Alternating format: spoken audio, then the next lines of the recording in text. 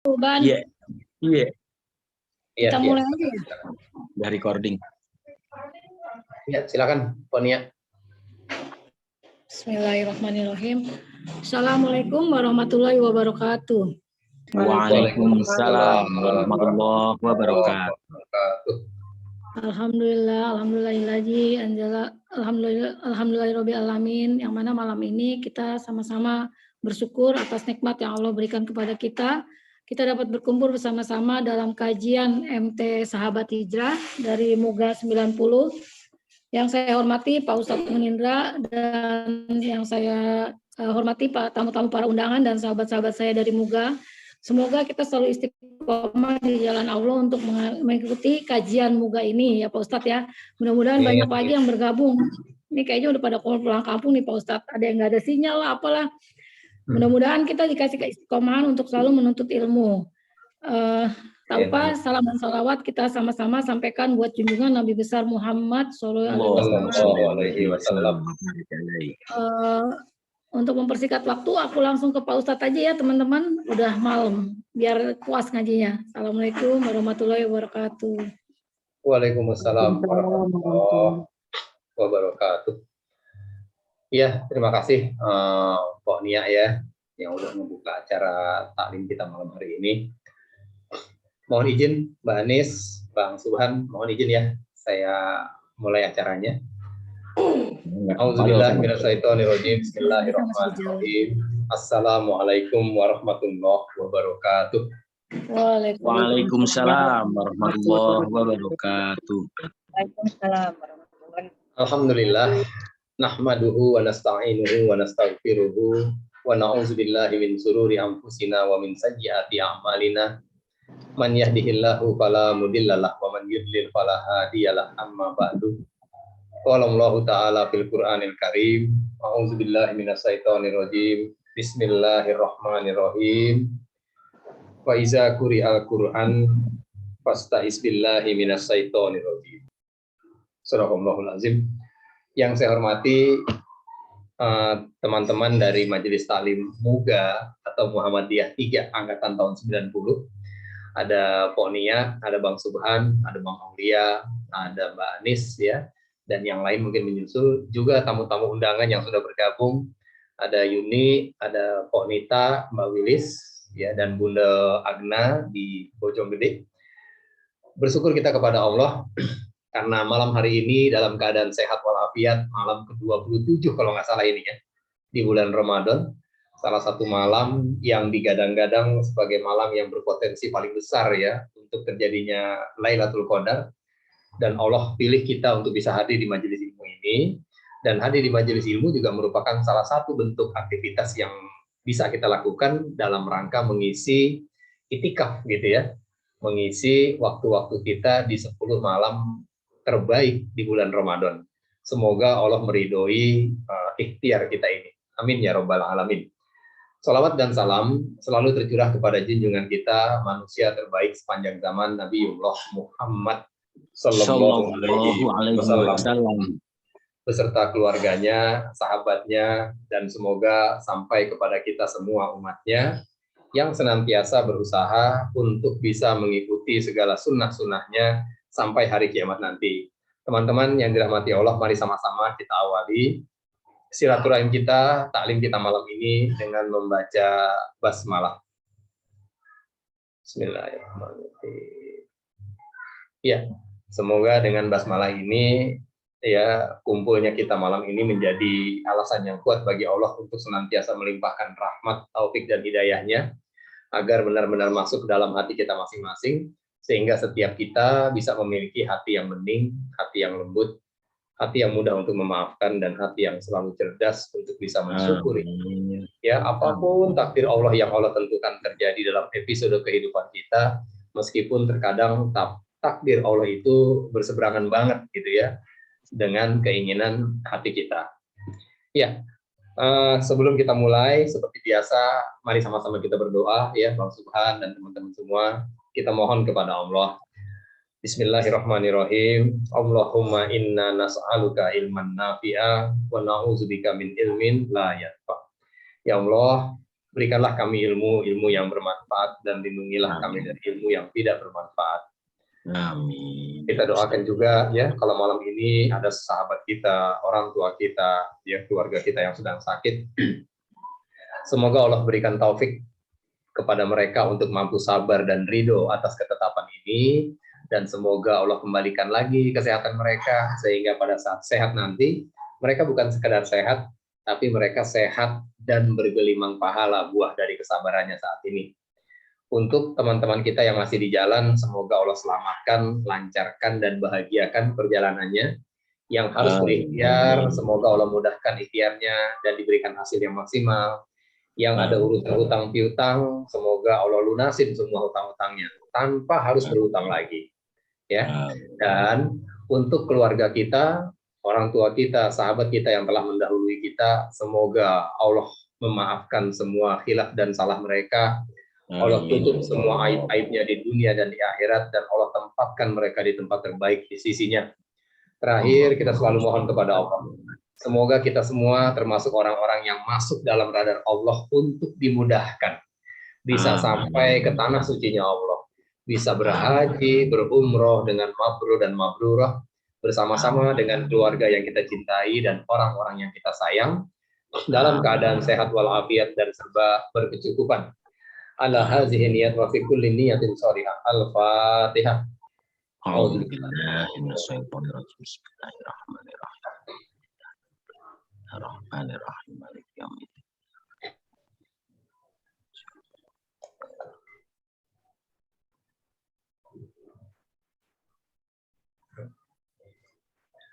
Amin, amin ya rabbal alamin. Ya, terima kasih teman-teman semua. Semoga Allah mengijabah ya semua doa-doa kita, dan nggak ada yang mustahil bagi Allah, Bu Akna ya. Nggak ada yang mustahil. Kalau Allah bilang jadi, jadi. Artinya bisa jadi loh suatu saat kita nih bukan kumpul cuma di Zoom begini nih, ya. Tahu-tahu Allah takdirkan kita bisa kumpul sama-sama di depan Ka'bah. Ya, ada Bang Subhan di situ, ada Mbak Wirlis, ada Mbak Nia, ada Mbak Nita, Bunda saya. Gampang bagi Allah. Ya, Allah tuh kalau udah punya mau, itu di luar nalar kita semua. Ya, Mbak Nia ya. Iya nggak? Siapa yang nyangka coba tuh laki kita bisa berangkat di Ramadan. Aduh, itu luar biasa ya. Sahabat saya juga udah berangkat, dan ini hari terakhir kalau nggak salah, besok dia balik juga. Itu pun keberangkatan dengan penuh keajaiban deh pokoknya deh. Masya Allah. Ya, luar biasa beneran. Ya. Nggak usah diceritain di sini deh, nanti aja offline aja kita ceritanya. Dan itu bener-bener jadi apa ya? Jadi semangat buat saya dan kita semua untuk terus berdoa, minta sama Allah. Dan kalau minta Allah tuh jangan yang kecil, dan jangan yang receh gitu ya. Jangan dunia yang kita minta yang gede sama Allah, minta yang urusannya tuh akhirat banget deh, ya. Minta dilembutin hati, minta dijadiin orang yang sabar, orang yang gampang maafin orang lain, minta digampangin untuk memahami Quran, bisa ngamalin dengan istiqomah, minta yang kayak begitu tuh sama Allah, ya. Oke. Malam ini kita akan meneruskan kajian kita yang pertama ya bersama Muga. Kajian kemarin itu tablis iblis yang sesi 1 ya, season 1. Dan malam ini kita masuk ke tablis iblis sesi yang kedua nih. Ya. Semuanya ikut kan ya sesi pertama ya? Bang Subhan ikut nggak Bang Subhan ya? Alhamdulillah gabung Tat, walau telat saat itu. Gabung. Makasih udah dikirimin juga itunya. YouTube-nya. Oh iya, ada YouTube yang gitu ya, lupa tuh malah saya. Oke, udah ya, ikut ya. Semua udah ya, Mbak Nita, Pak Devi, Mbak Wilis, ikut semua ya? Bang Ferry ikut nggak ya? Bang Ferry baru muncul nih Pak Ustadz. Assalamualaikum Bang Ferry. Oh iya, ada Bang Haji. Bang Haji, assalamualaikum Bang Haji Ferry. Ya, lanjut Ustaz, kemarin nggak ikut. Maaf. Oh, kemarin sempat nggak ikut. Oke, Bang Yandra ikut nggak kemarin ya, Bang Yandra? Assalamualaikum Bang. Waalaikumsalam warahmatullahi. Ada abang kita kemarin tuh. Absen juga ya? Ya, kemarin belum sempat ikut. Oke, nggak apa-apa. Jadi gini, maksud saya, kalau yang kemarin belum sempat ikut, terus sekarang ikut, berarti kan ada link yang miss sedikit aja missnya gitu ya. Jadi, mohon izin nih Bang Subhan, mohon izin Mbak Anis ya, malam ini kita review sedikit aja tentang talbis iblis sesi yang pertama, gitu ya, supaya nanti nyambung, baru kita lanjut ke talbis iblis yang sesi yang kedua. Boleh nggak kalau kita izin begitu tuh? Boleh banget, Tat. Boleh Pak Ustadz. Boleh banget. Ya, Sinopsis deh, sinopsis. Iya, sinopsis. Enak nge-review nih. ya? Ya boleh. Kalau ngaji sama orang-orang kayak Bang Subhan enak kan ya, apa aja minta dibolehin. Oke, kita langsung aja ya supaya nggak terlalu panjang tapi dapat poin-poin pentingnya. Jadi talbis iblis ini kajian yang kita ambil dari kitab nih Bang Yandra ya. Jadi kita ada apa? Ada apanya sih? Ada pegangannya. Jadi bukan asal bikin kajian tapi kajian yang berdasarkan kitab. Ada sandarannya, kitabnya ini nih ya. Kitab Talbis Iblis karya Imam Ibnu Al-Jauzi. Dan talbis iblis ini artinya itu perangkap iblis atau tipu daya iblis. Nah, gitu loh. Ya, tipu daya iblis. Salah satu buku yang jadi bestseller dari karya beliau, dari 50 judul lebih buku yang dikarang oleh Imam Al-Jauzi, Ibnu Al-Jauzi, talbis iblis salah satu yang jadi favoritnya lah, gitu kira-kira. Dan ya, beliau ini salah satu ulama yang dulunya hidup dalam kemewahan, dulunya kaya banget ya. Tapi untuk bisa menciptakan buku yang tebelnya segini ya dan fenomenal ini, beliau itu sampai kehilangan 2 rumahnya untuk biaya beliau belajar untuk bisa memberikan ilmu yang ada di hadapan kita hari ini. Ya 2 rumah ya buat belajar untuk mendapatkan ilmu ini, dan ilmunya di-share sama kita sekarang tanpa harus ngejual rumah. Kita cuma duduk, tinggal klik aja yang warna biru dan kita bisa dapetin ilmunya. Insya Allah dengan pertolongan Allah. Tentunya dengan segala keterbatasan dan kekurangan ya saya dalam hal penyampaian. Nah, talbis iblis ini ya, ini jadi menarik karena inti dari kitab ini, inti dari buku ini salah satunya adalah talbis iblis ini kalau kita baca ya, itu nanti dia akan menampilkan ya gimana caranya iblis itu menampilkan kebatilan dalam bentuk kebenaran. Gitu. Ya. Jadi Pak Devi tuh ngerasa bener banget gitu. Padahal Pak Devi tahu nih yang Pak Devi kerja ini dosa. Tapi gimana caranya ya iblis tuh menggoda Pak Devi sampai berani menampilkan sesuatu yang sifatnya dosa tapi dengan keyakinan enggak kok, ini casingnya keren kok. Orang nggak akan nyangka kalau ini dosa. Kayak gitu tuh.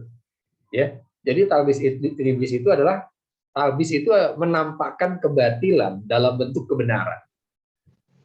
Serem banget ya. Ya, jadi ini benar-benar bicara casing yang sangat bisa menipu kita gitu. Jadi dengan membaca buku ini nanti kita akan disuguhkan hal-hal yang berkaitan dengan bagaimana cara iblis ya menipu manusia ketika sehingga manusia mau melakukan perbuatan-perbuatan yang dosa dan dia tahu itu dosa tapi seolah-olah itu benar gitu loh ya. Dan di buku ini iblis itu dikelompokkan menjadi beberapa kelompok dalam rangka menggoda manusia berdasarkan profesinya Bang Yandra ya. Jadi buku ini berisi gimana caranya iblis menggoda para ahli tafsir. Profesinya ahli tafsir, gimana caranya nih ahli tafsir pada bikin dosa nih dengan tafsirnya gitu. Nanti ada iblis dan bagaimana cara iblis menggoda atau menipu para penuntut ilmu kayak kita nih. Kita lagi belajar ya, di talbis iblis ini ada caranya gimana iblis membuat orang yang lagi di majelis taklim bikin dosa. Repot banget ya. Nanti ada lagi bagaimana cara iblis membuat orang yang udah pakai jilbab jadi dosa dengan jilbabnya. Orang yang rajin tadarus jadi dosa dengan tadarusnya. Ini nih buku keren banget.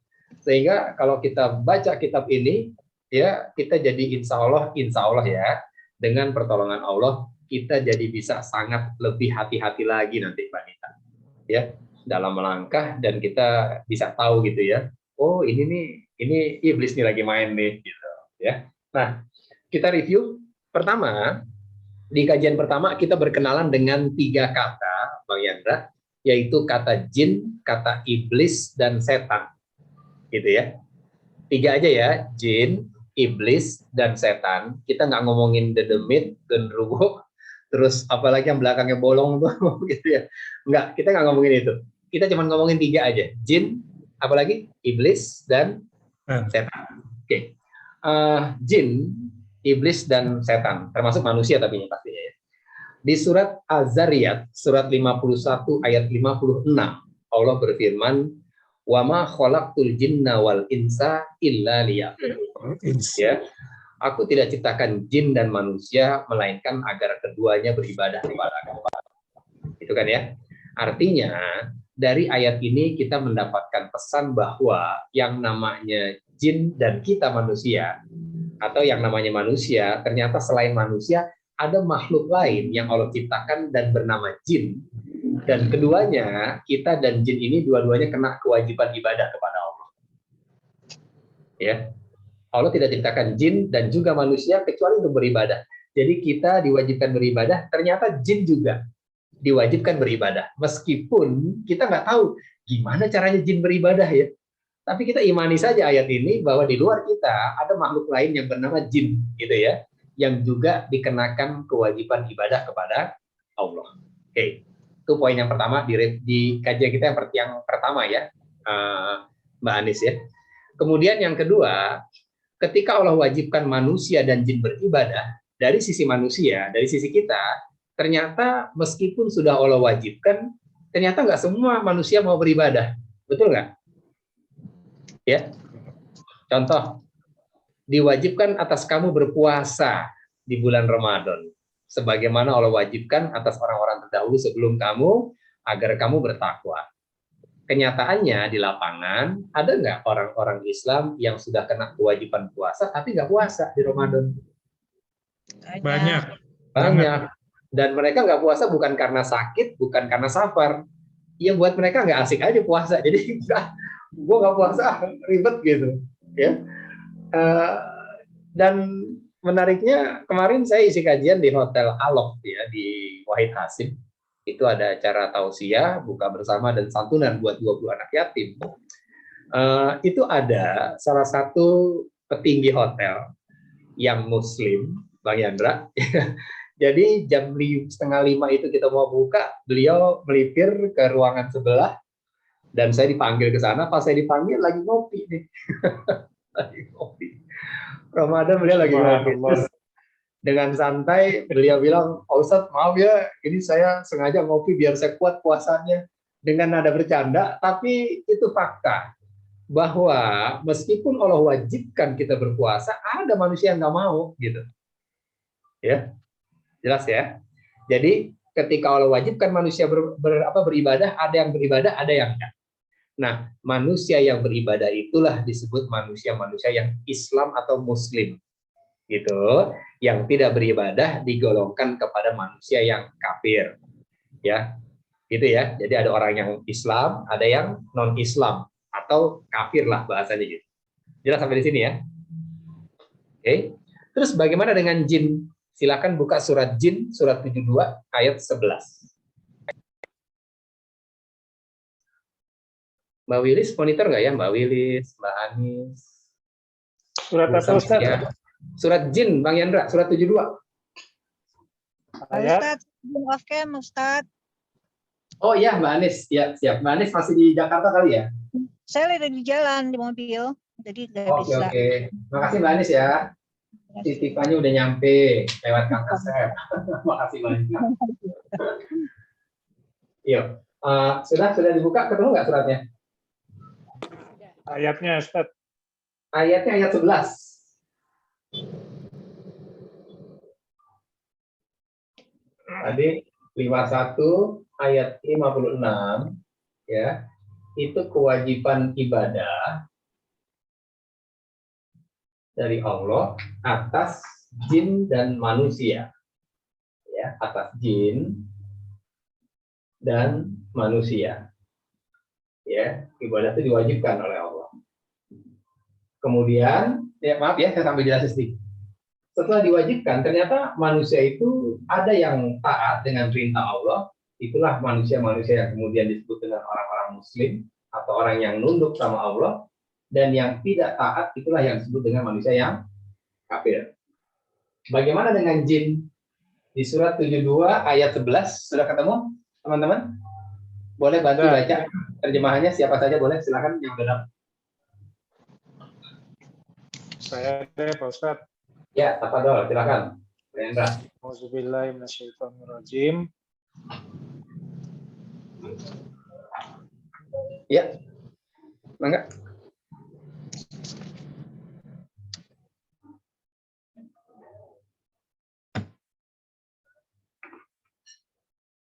Oh, Bang Yanda kok berhenti? Kenapa, Bang? Gangguan kali. A'udzubillahi minasyaitonirrajim. Ya. Wa anna minas solihuna wa minna duna dalika. Dan sesungguhnya di antara kami, kebalikannya, kami menempuh jalan. Kok bilang? Oh, delay nih, Bang Yanda, delay berarti. Dan sesungguhnya di antara kami, jin, ada yang soleh dan ada pula kebalikannya. Kami menempuh jalan yang berbeda-beda. Sama kayak kita ya, Tan? Iya. Jadi ternyata kata jin, ya jin yang ngomong nih, ya di ayat ini, kata jin, dia ngasih tahu gitu, gue ngasih tahu aja nih ya, di antara kita nih, di kalangan jin, ada yang soleh juga loh, dan ada yang berlawanan. Gitu kata jin tuh. Iya nggak, Pak Subhan? Jadi jin ada yang soleh, tapi ada juga yang nggak soleh. Gitu. Yang nggak soleh kita silang aja deh gitu ya. Oke. Tapi Indra, gitu kan, Bang Subhan nanya, tapi Indra, gue pernah dengar ada jin Islam, ada jin kafir tuh. Kan gitu ya. Itu gimana kalau jin Islam, jin kafir? Ya kita lanjut aja ayat 14-nya. Ayat 14-nya baca juga coba. Surat Jin ayat 14. Dan di antara kami ada yang Islam dan ada yang menyimpang dari kebenaran. Siapa yang Islam, maka mereka itu telah memilih jalan yang lurus. Persis kita ya. Iya, dan di antara kami nih di kalangan dunia jin, perjinan gitu ya, ada juga loh yang Islam gitu. Oh, ternyata ada jin Islam, ada juga jin yang non-Islam. Itu yang kemudian di kita di Indonesia dikenal dengan istilah jin Islam dan jin kafir. Kan gitu ya, teman-teman ya? Oke. Oke, nah kita udah kenalan nih dengan jin. Yang soleh-soleh ini itulah yang jin Islam. Yang nggak soleh, yang nggak nurut sama Allah, itulah jin Kafir. Jin kafir. Nah, berarti ya kalau kita lihat skemanya antara jin dan manusia itu ternyata sama. Dua-duanya diwajibkan beribadah dan dua-duanya ada yang taat, ada yang nggak taat. Yang taat disebut Islam, yang tidak taat atau sebaliknya atau berseberangan disebut kafir. Jelas sampai di sini? Jelas teman-teman? Jelas, insya Allah. Oke, jelas. Nah, nih, kalau kita lihat persamaannya antara jin yang tidak taat dan manusia yang tidak taat, persamaannya adalah mereka sama-sama tidak taat, gitu ya. Mereka sama-sama tidak taat, tidak taat. Tidak taat itu sama dengan membangkang, menyelisihi, nggak nurut sama Allah, gitu kira-kira ya. Kita pakai logo negatif dan gitu ya. Nah, kemudian setelah jin dan manusia, kita dengar lagi kata iblis nih. Kalau iblis siapa dong iblis? Nah, kalau iblis itu ada di surat Al-Kahfi, surat 18 ayat 50. Al-Kahfi ayat 50. Oh Nia, kalau ketemu silakan baca kok.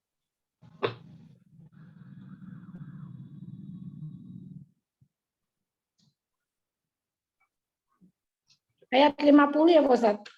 Ya. Sebentar.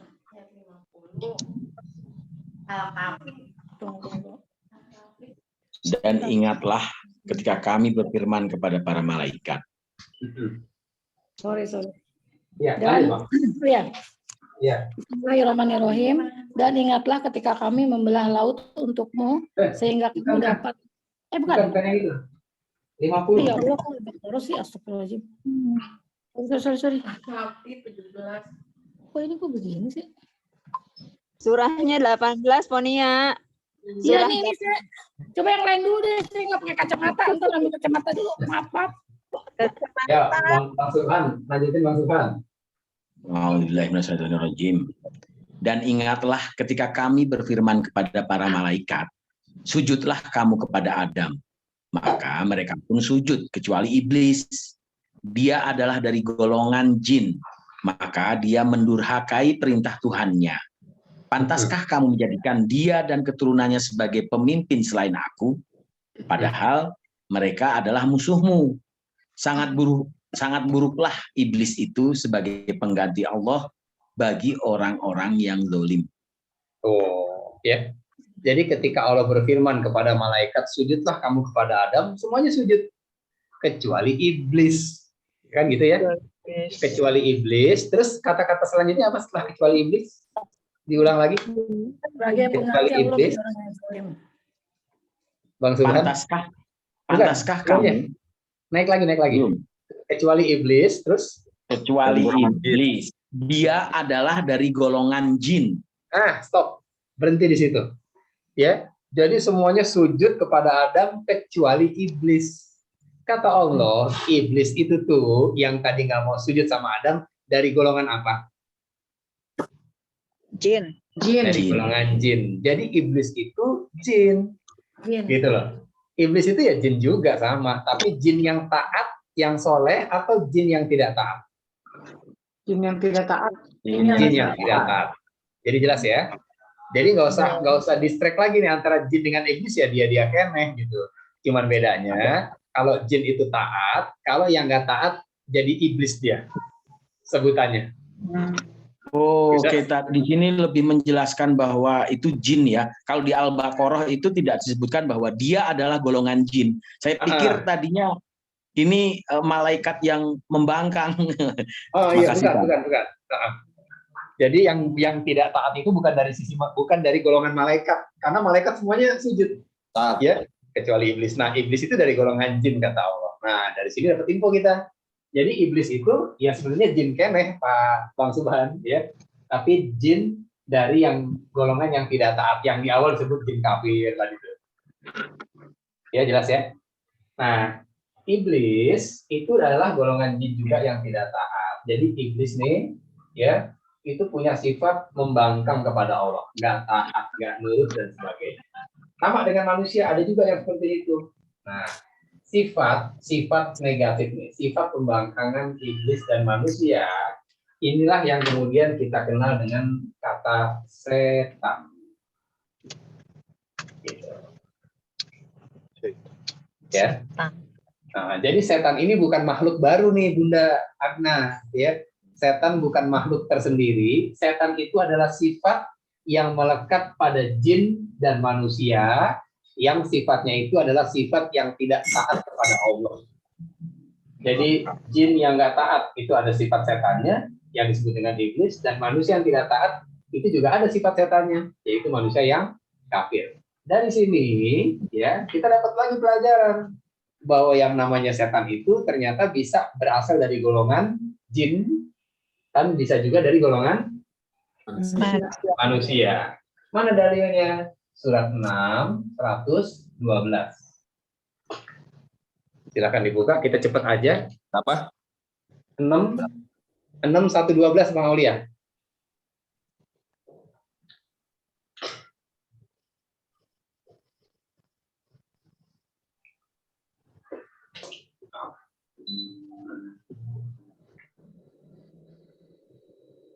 Silakan Bang Aulia kalau ketemu.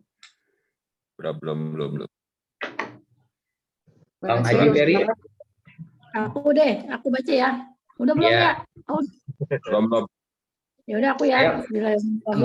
Dan demikianlah untuk setiap nabi kami menjadikan musuh yang terdiri dari setan. Enggak gitu bacanya, jangan gitu bacanya.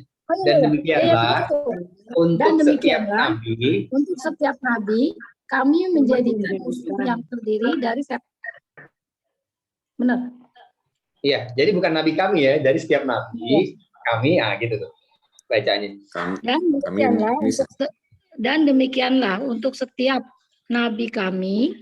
Setiap nabi. Dan demikianlah untuk setiap nabi kami menjadikan musuh yang terdiri dari setan-setan manusia dan jin. Sebagaimana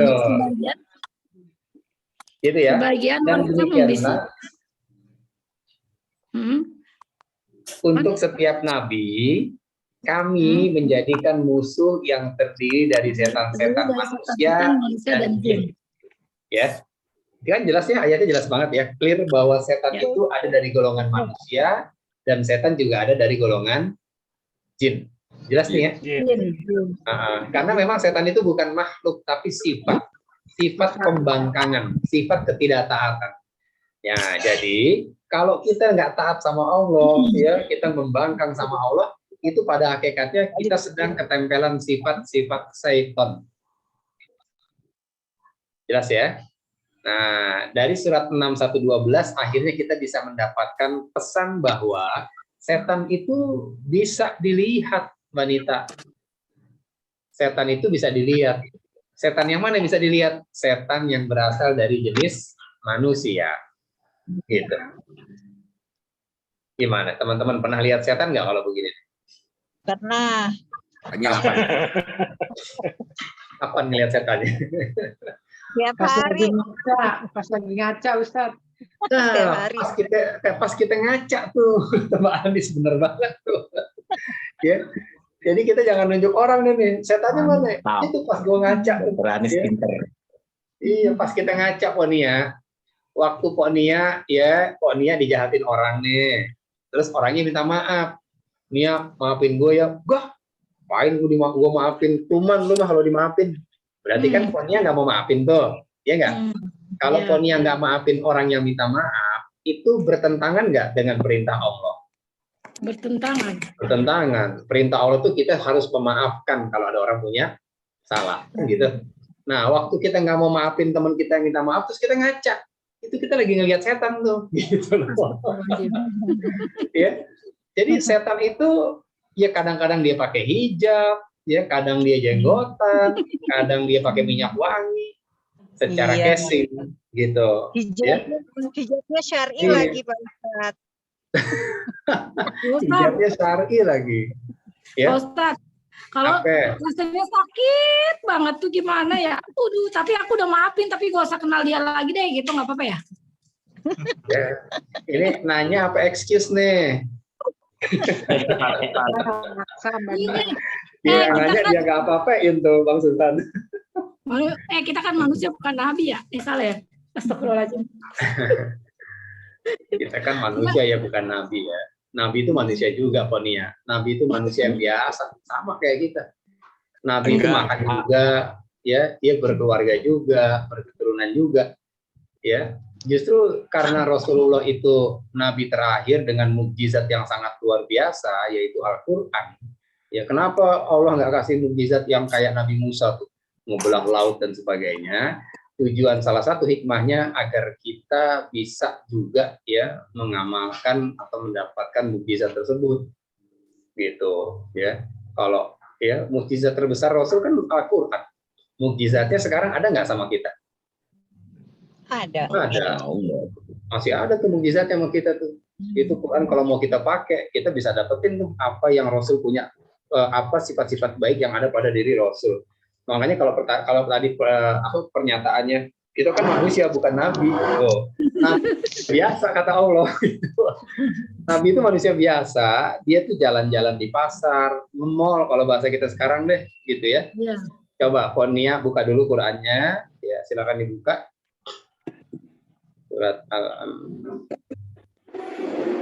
Surat Al-Furqan ayat 20, 25 ayat 20. Ini kita melipir sedikit aja, langsung kita balik lagi ntar ya ke tema kita ya. Surat 25 ayat 20. Oke, udah saya baca ya. Langsung Dan artinya ya. tidak mengutus rasul-rasul sebelummu Muhammad, melainkan mereka pasti memakan makanan dan berjalan di pasar-pasar. Dan kami jadikan sebagian kamu sebagai cobaan bagi sebagian yang lain. Maukah kamu bersabar dan Tuhanmu Maha melihat?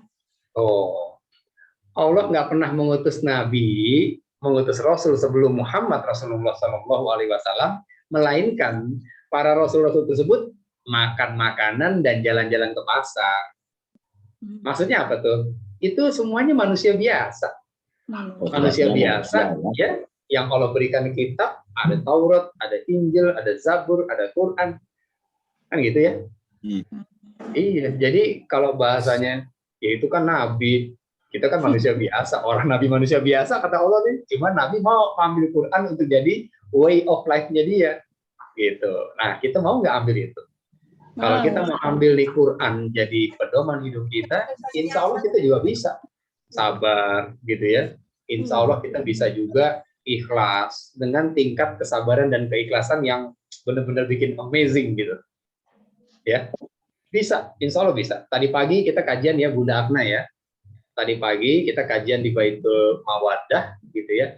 Kita cerita ketika ada orang yang memilih untuk bersabar daripada sembuh dari sakitnya. Gitu ya Bunda ya. Hadis ke-36 dari kitab Riyadhus Shalihin.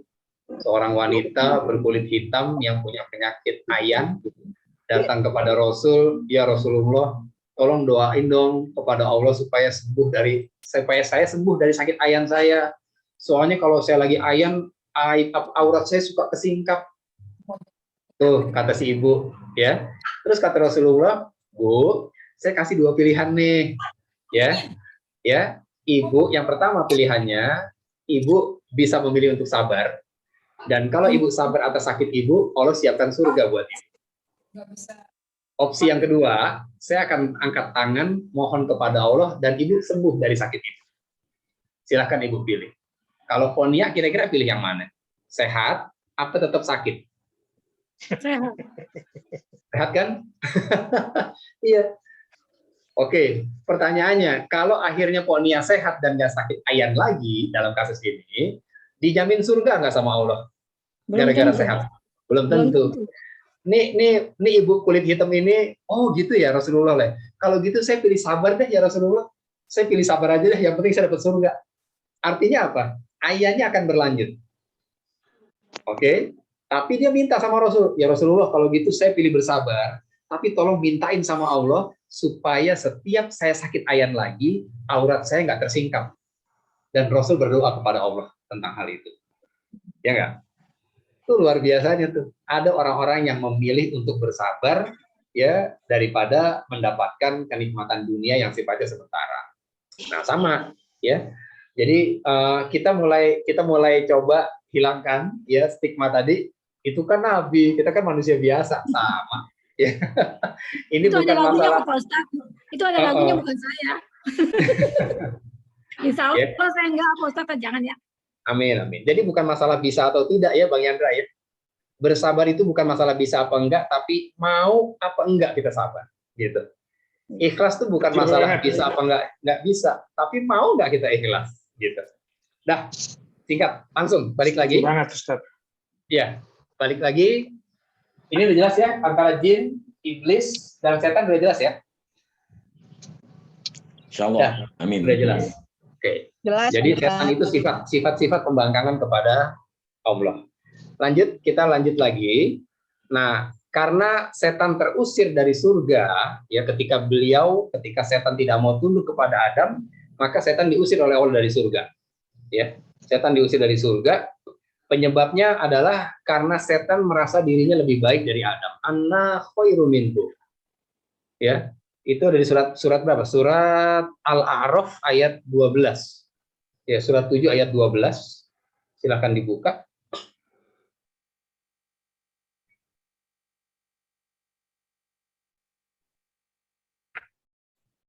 Tujuh 12. Mbak Anis kalau Mbak Anis masih di jalan ya Mbak Anis ya, jangan Mbak Anis. Silakan yang lain. Ya. Allah berfirman, apakah yang menghalangimu sehingga kamu tidak bersujud kepada Adam ketika aku menyuruhmu? Pada iblis ya. Iblis menjawab, aku lebih baik daripada dia. Engkau ciptakan aku dari api, sedangkan dia engkau ciptakan dari tanah. Ya. Jadi yang bikin iblis nggak mau sujud kepada Adam karena iblis merasa dirinya lebih oke dari Adam. Gitu kan ya? Ada statement iblis di ayat itu, Ana khairum minhu. Ya Allah, gue lebih oke dari Adam. Khalaqtani min nar wa khalaqtahu min tin. Gitu ya. Mana nih ayat 12 nih? Ya. Iya. Aku engkau ciptakan dari Kalau api, kita sedangkan Adam, konversikan ke kehidupan kita gimana tuh, Tat? Kita kan juga kadang-kadang ada terah, ada ini ya, itu yang seperti bahasa iblis juga kan. iya, betul, Kita betul. tidak bisa sama rata. Iya, betul Bang Subhan. Nah, makanya lihat ayat 13-nya deh. Ini fatal nih. Ternyata anna khairu minhu, statement iblis yang menyatakan merasa dirinya lebih baik dari Adam, itu menjadi sebab iblis itu harus check out dari surga. Lihat ayat 13-nya. Maka ya, lanjut.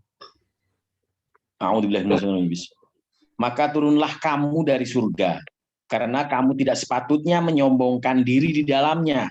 Keluarlah, sesungguhnya kamu termasuk makhluk yang hina. Tuh, ya. Ketika dia merasa dirinya lebih baik berarti posisinya lebih tinggi atau lebih rendah? Perasaan aja.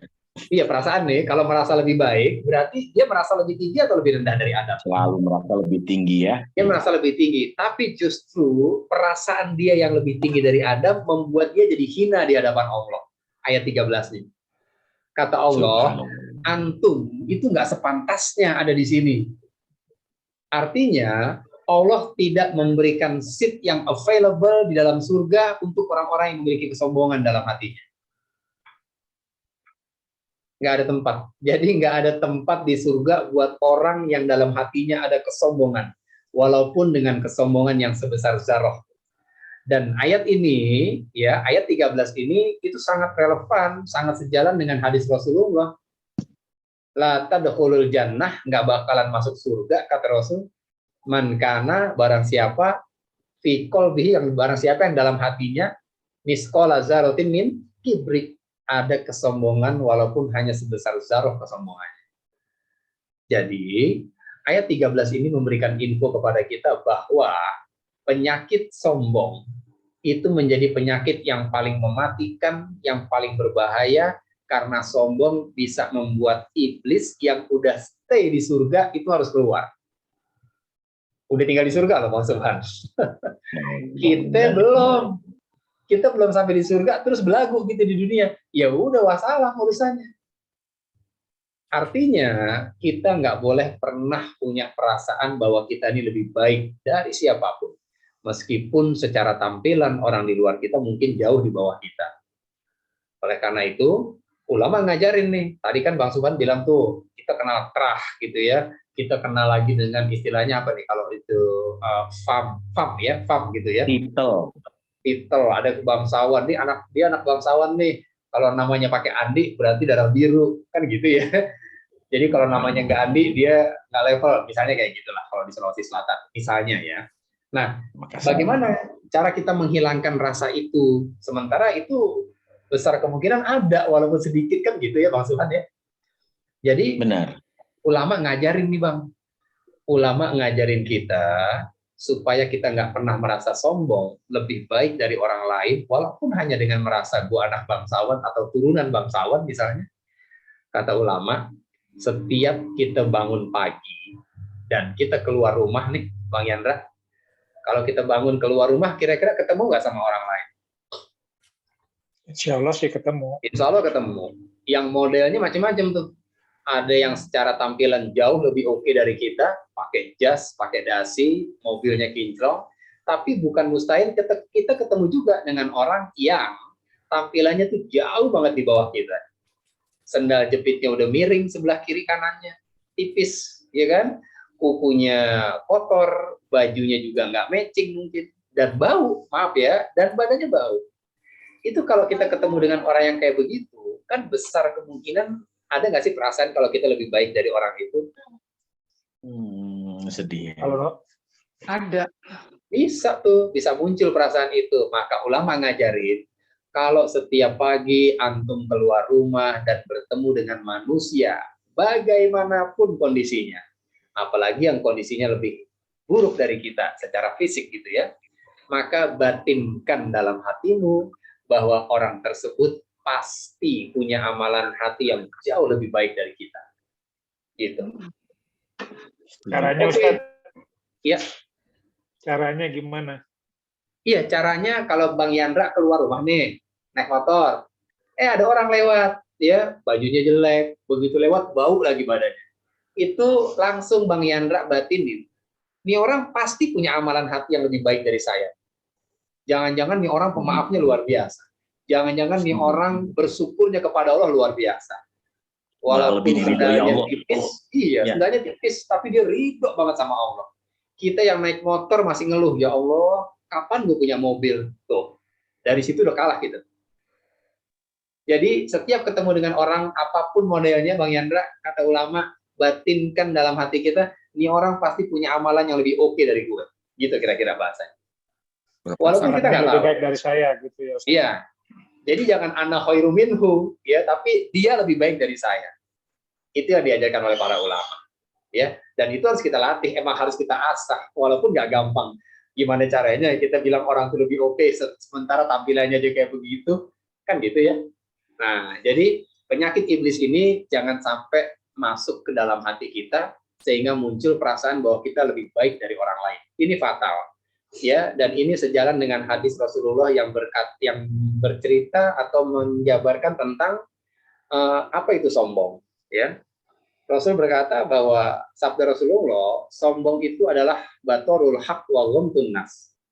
Al-kibru, sombong itu adalah menolak kebenaran dan memandang remeh manusia. Ya kan? Jadi kalau kita menolak kebenaran, maksud menolak kebenaran ini dikatakan oleh ulama, itu maksudnya menolak Quran ya teman-teman ya. Yang dimaksud menolak kebenaran itu adalah menolak yang hak, batorul hak, menolak yang hak, itu menolak Quran. Maksudnya menolak Quran itu, kalau Mbak Rini pejaten monitor Mbak Rini. Mangkok apa itu terserah. Ya Pak Ustadz. Monitor ya Mbak? Ya Allah. Ya. Oke. Jadi yang dimaksud batorul hak, menolak yang hak itu bukan kita dikasih Quran terus kita bilang nggak usah Pak, nggak usah, saya nggak usah pakai sebutan. Bukan gitu. Yang dimaksud batorul hak atau menolak yang hak, kata ulama itu menolak Quran. Yang dimaksud menolak Quran itu contohnya tadi Allah mengajarkan kita untuk jadi orang yang pemaaf. Jadi kalau ada orang salah minta maaf sama Mbak Rini, ya maafin aja. Itu yang Allah ajarkan. Ya, ceritanya saya punya salah sama Mbak Rini, terus saya minta maaf. Mbak Rini maafin ya, yang kemarin itu saya hilaf banget. Aduh sorry Pak Indra ya, untuk itu saya nggak bisa deh maafin. Misalnya, itu waktu kita begitu, kita lagi menolak yang hak tuh. Kita lagi menolak Quran. Dan itu sombong kata Allah. Jelas nggak? Jelas. Jelas, Pak itu Ustadz. batorul haq. Wa ghamtun nas itu memandang remeh manusia. Di sini nih iblis main nih. Ketika malam ini kita bisa hadir di majelis ilmu, ada nggak teman-teman kita yang kemudian tidak hadir? Banyak. Banyak. Itu kalau nanti kajian selesai, kemudian kita ngebatin nih, ya Allah, nih teman-teman pada parah banget sih. Diundang ngaji pada kagak bisa mulu. Ada aja alasannya. Itu secara nggak sadar kita sedang mengatakan kita lebih baik dari mereka. Ana khairu minhu. Dan ini fatal. Rasa Halus banget itu, caranya, Pak Ustadz. iya. Padahal kita sering begitu Pak Ustadz. Tanpa disadari. Iya, itu tuh yang disebut talbis iblis tuh, menampilkan apa tadi, kebatilan dalam bentuk kebenaran. Kebenaran. Merasa sombong itu kan batil ya, iya nggak? Masya Itu Allah Masya bisikin ke dalam hati kita sampai akhirnya kita bilang, teman-teman yang lain parah, Pak Ustadz, nggak pernah bisa ngaji. Beda ada sama kita nih mah, lo lagi, coba lihat deh, pasti kalau nggak Subhan, Yandra Anis. Itu tuh kata-kata kita itu tuh kita lagi ngomong ana khairu minhu, gue tuh lebih baik dari mereka. Ini bahaya teman-teman. Ketika setan gagal membujuk kok Nia untuk udah Nia nggak usah ngaji, ya paling materinya itu lagi, misalnya nih. Terus katanya enggak, gue tetap ngaji. Kalah nggak setan? Kalah kan? Oke, begitu setan gagal membujuk kita untuk berbuat dosa, maka setan akan hembuskan perasaan ujuk dalam hati kita atas perbuatan ibadah yang kita kerjakan. Muncul deh, gila keren banget loh, gue nggak pernah absen loh ikut kajian, udah kena tuh talbis iblis tuh. Pak Ustadz, maaf Pak Kayaknya Ustadz, setan ya, itu ada Lita Pak Ustadz. Oke, apa? Ada Lita. Lita sama Udah, Bu? Udah masuk. Oh ya. Udah ya, udah masuk. Ya oke, Pak Ustadz. Oke. Assalamualaikum Pak Ustadz. Mohon maaf lagi Waalaikumsalam. bergabung ya, saya baru pulang, baru sampai rumah. Kita maafin, Polita, dimaafin. Insya Allah ya, dimaafin semuanya. Amin, alhamdulillah. Ya, Ini suaminya selamat. anak muda juga, Pak Ustadz. Iya, selamat gabung, Polita. Ya, silakan baca Bismillah supaya gabungnya kita nanti bisa jadi ibadah, gitu ya. Ya. Kita lanjut ya, teman-teman ya. Ya, Sob. Mana Ya, Bang jadi Imannya? gitu. Jadi gitu ya. Yang membuat iblis terusir dari surga itu karena iblis punya rasa lebih baik dari Adam. Dan ini penyakit turunan nih. Apa tuh istilah medisnya apa? Degeneratif ya, Mbak Rini ya. Penyakit turunan. Ini penyakit kronis banget. Penyakit yang sangat mungkin ada dalam hati kita masing-masing. Maka, nah kita masuk nih talbis iblis yang kedua malam ini. Ya, karena penyakit ini tadi kata Mbak Rini itu sering tuh suka begitu tuh kan gitu ya. Nah karena kita sering atau suka begitu, kita butuh penawar, kita butuh antibiotik. Gimana caranya nih supaya kita bisa terhindar atau terlindungi dari serangan-serangan setan ya yang sangat menipu kita sehingga kita bisa menampilkan kebatilan seolah-olah itu sebuah kebaikan gitu ya. Oke. Caranya gimana? Cara yang pertama, ya untuk kita tidak masuk ke dalam talbis iblis, silakan buka surat 16, surat An-Nahl ayat 98. 16, 98.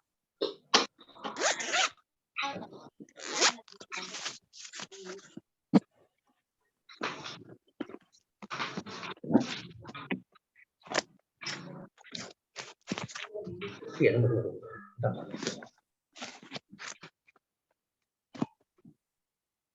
A'udzubillahi minasyaitonirrajim.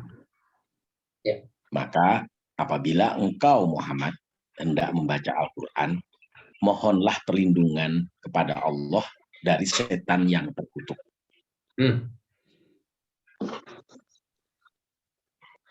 Boleh sekali lagi baca Arabnya dong Bang Subhan. Maaf Bang, tolong bacain ayatnya Bang. A'udzubillahi minasyaitonirrajim. Fa idza qara'tal Qur'ana fasta'id billahi minasyaitonirrajim. Subhanallah. Fa iza qara'tal Qur'an. Ya. Maka apabila engkau dalam kurung Muhammad, qara'ta, tanya itu anta. Bisa Muhammad, bisa Bang Subhan, bisa Bang Yandra, bisa saya.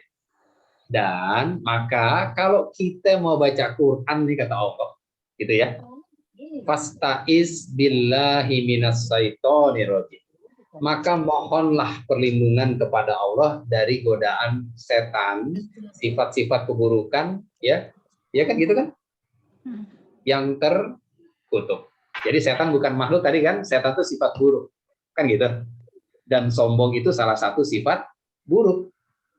Jadi kata Allah, kalau kita mau belajar Quran nih, ya Mbak Rini, Mbak Nita, Pok Nia, kita disuruh mohon perlindungan fasta'iz billahi minasyaitonirrajim. Oke, itu yang Allah ajarin nih ke kita. Jadi setiap kita mempelajari Quran, kita hadir di majelis ilmu dan sebagainya, minta deh perlindungan kepada Allah. Terus ada yang komplain nih, ada yang ngomong gini Bang Yandra, gue udah sering baca auzubillah loh, tapi tetap aja digodain sama setan.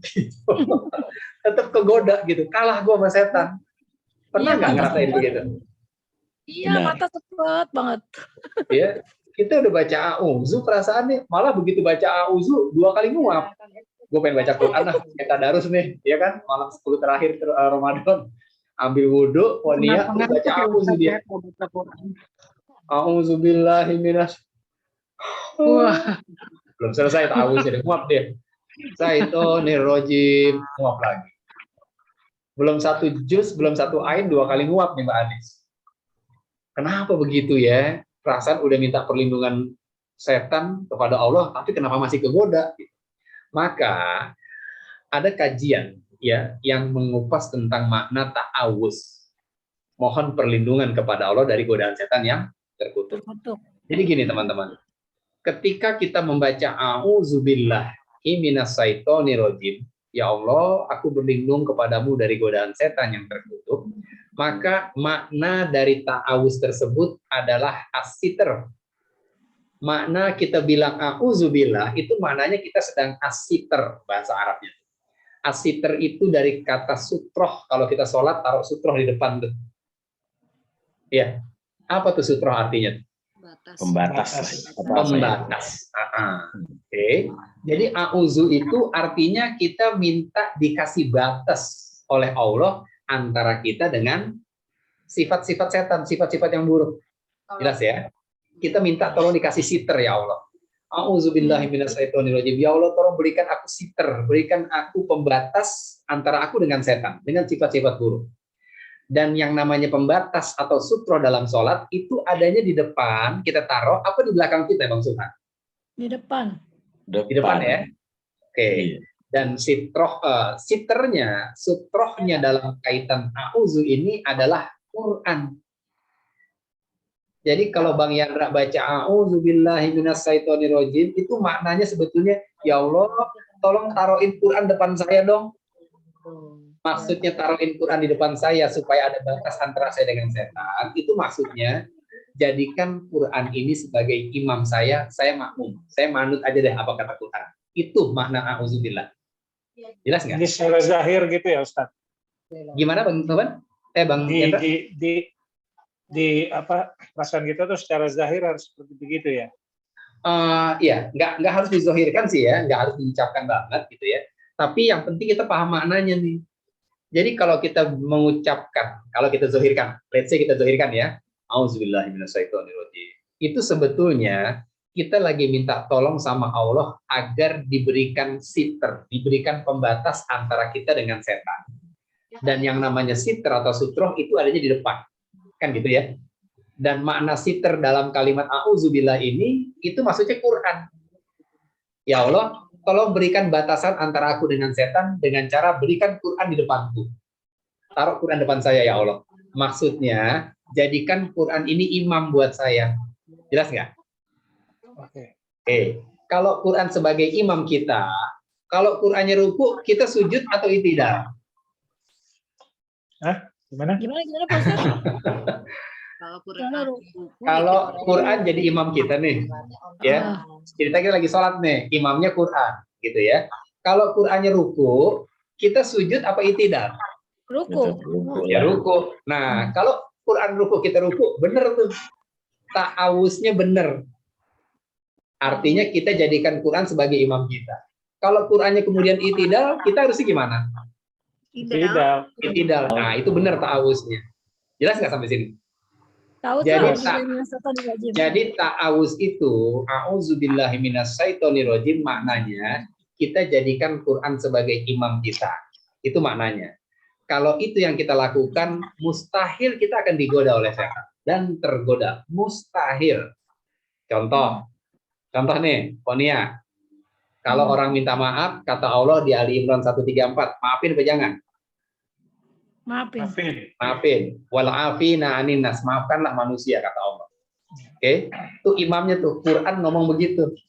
Terus Pok Nita minta maaf sama Ponia. Nia, maafin ya, masalah tadi pagi. Kata Nia, enggak kalau urusannya urusan sepele mah nggak apa-apa, ini urusan keluarga, nama kita jelek di komplek gara-gara lo nih Nia. Nita, kata Nia gitu. Ya enggak? Itu kalau begitu berarti Mbak Nia, Pok Nia jadiin Quran sebagai imam apa enggak? Enggak. Karena enggak, ya kan? Quran, lo jadi makmum lah, ikutin maunya gue nih. Gue maunya nggak maafin. Ya, lo ikut gue deh. Itu kalau begitu bener nggak ta'awuznya? Nggak bener. Enggak. Kalau Quran kita taruh di belakang jadi makmum, kita kena sama setan. Kata setan, pas, jangan dimaafin nih. Ya. Kena tuh. Ya. Sama. Ustaz. Ya. Boleh nanya? Ya, silakan Bang Yandra. Maaf Pak Ustadz, kalau saya nggak salah dengar, waktu itu Rasulullah pernah memaafkan Saya lupa siapa namanya gitu ya. Tapi beliau tidak mau lagi melihat orangnya gitulah, melihat mukanya.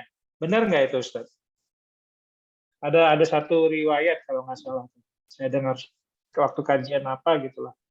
Kalau saya nggak salah begitu saya dengarnya. Iya. Ada nggak itu, Ustaz? Oke.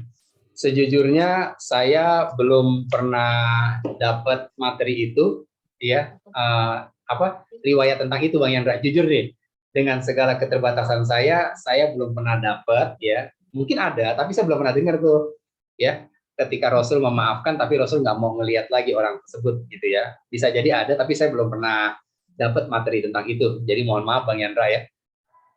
Saya belum bisa mensikapi itu pertanyaan itu, ya. Yang saya sudah dapat materinya justru materi tentang memaafkan dan melapangkan dada. Jadi kalau kita mau memaafkan seseorang, kita maafinya harus dari hati, gitu. Nanti insya Allah kita, mudah-mudahan cukup waktunya ya malam ini ya, mudah-mudahan ya Bang Yandra ya. Kalau mungkin apa yang tadi Bang Yandra sampaikan itu ternyata benar, ya Rasul pernah memaafkan orang dan nggak mau ketemu lagi, itu pastinya ada catatan khusus nanti. Kenapa sampai begitu? Ya, kemungkinan besar ada catatan itu. Kenapa sampai seperti itu? Oke, makasih Bang Yandra. Sampai di mana tadi kita ya? Tadi ngomongin apa ya? Memaafkan. Wajib memaafkan. Oh ya, jadi auzubillah, mohon perlindungan dari godaan setan itu maknanya kita jadikan Quran sebagai imam kita, Mbak Anis. Kalau begitu yang kita lakukan, setan tuh nggak berkutik sama kita, benar-benar nggak berkutik. Ya, apalagi contohnya? Contoh perintah yang lain. Allah bilang, wahai wanita-wanita yang beriman, kalau keluar rumah tutup aurat ya, kata Allah tuh di Al-Ahzab 59. Dan kalau kita jadikan ayat tersebut sebagai imam kita, berarti kalau kita mau keluar rumah nih, kita tutup nggak aurat kita? Tutup. Tutup. Kalau kita tutup berarti setan jadi nggak bisa nggak ngalahin kita, bisikin kita? Kalah. Kenapa kalah? Karena Qur'annya kita jadikan imam. Kita benar baca ta'awuznya. Tapi kalau baca ta'awuz, auzubillahi minasyaitonirrajim, nih ke mall asik nih, tapi nggak usah pakai hijab, wah gerah. Dia pakai tank top Bang Yandra. Padahal dia baca ayat itu 3359.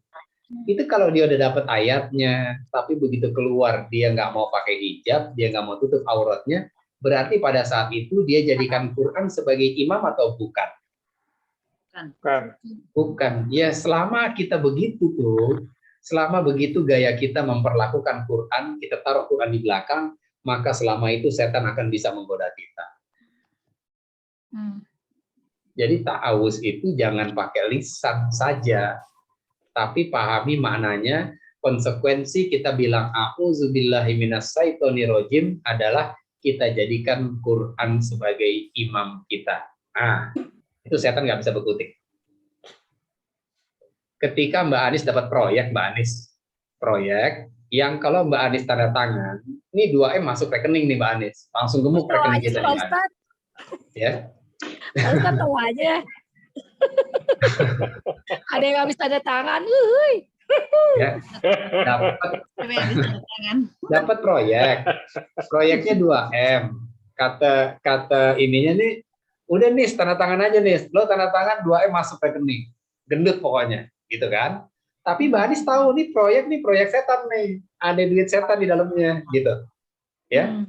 Terus Mbak Anis ingat ayat Quran, la talbisul haqqo bil batil. Jangan kamu campur adukan yang hak dengan yang batil. Wa taqtumul haqqo wa antum ta'lamun. Dan jangan kamu sembunyikan sedangkan kamu paham tentang hal itu. Begitu Mbak Anis ingat, ya Allah, apa artinya 2M kalau rezeki buat keluarga ini saya campur antara yang kotor dengan yang baik. Maaf Pak, kasih aja proyek ini ke ibu yang jilbab hijau tuh, yang namanya Akna tuh. Saya nggak usah deh Pak, nggak apa-apa.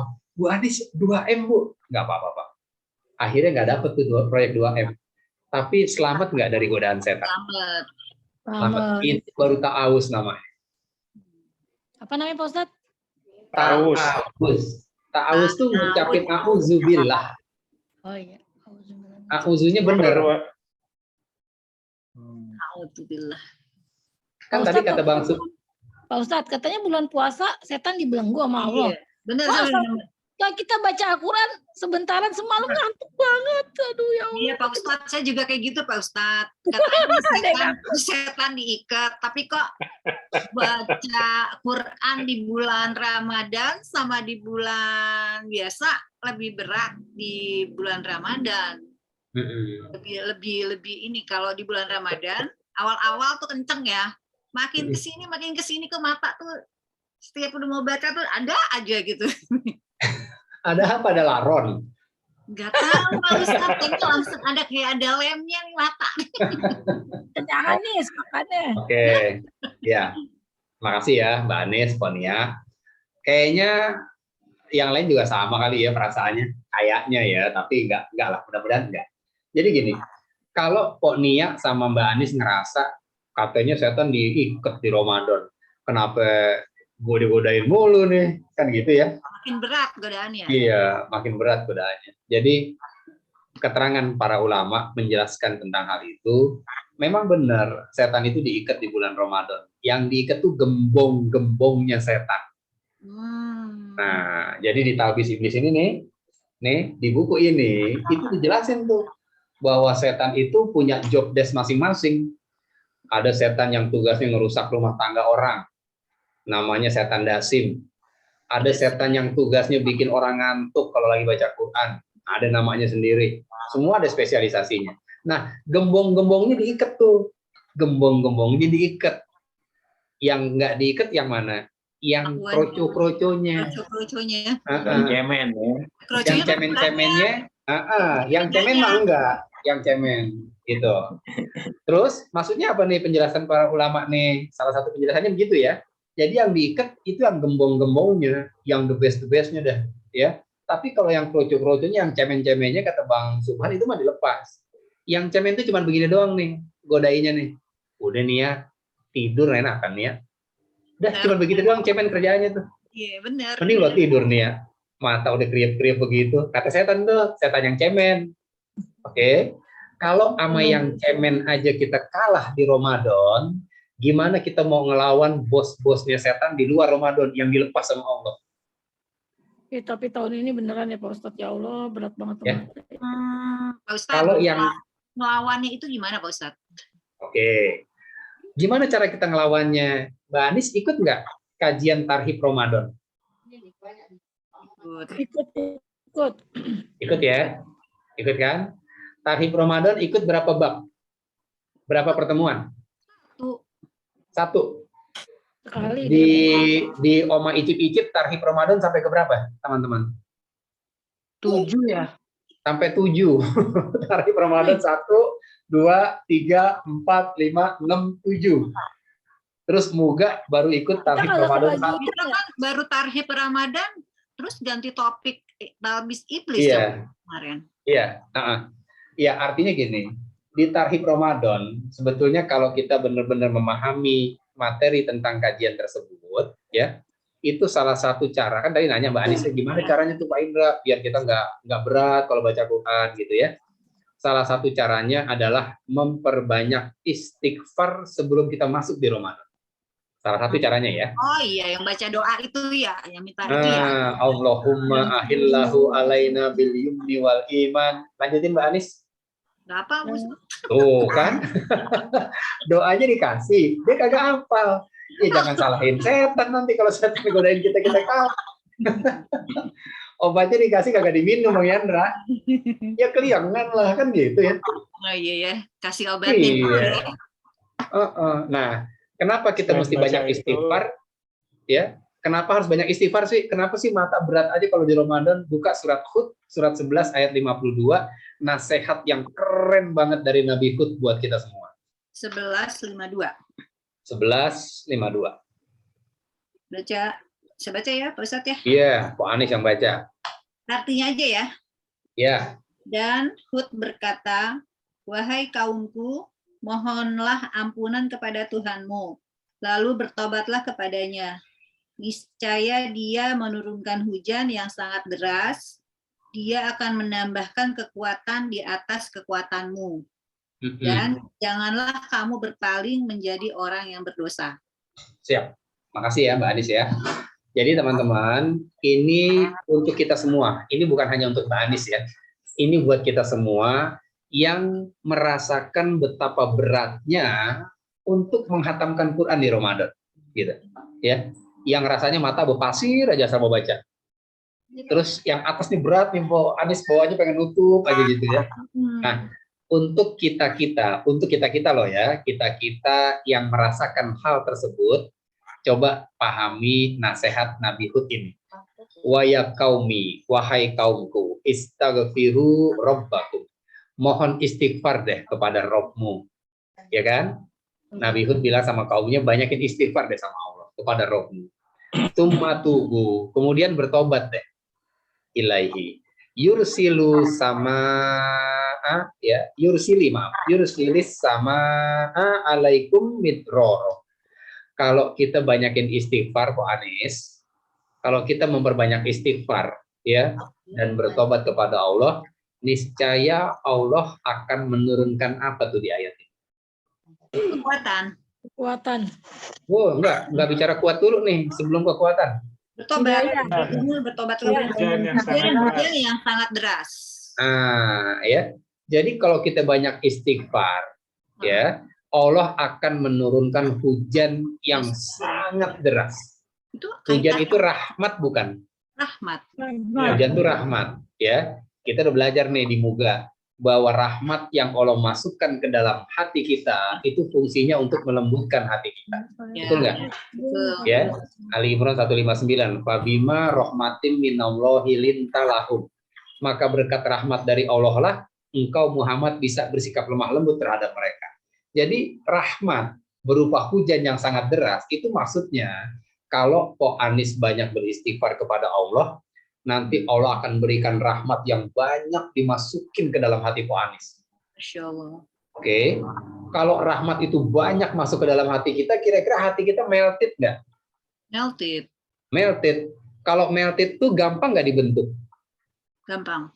Maksudnya gampang dibentuk, gampang aja kita nurut sama Allah gitu loh.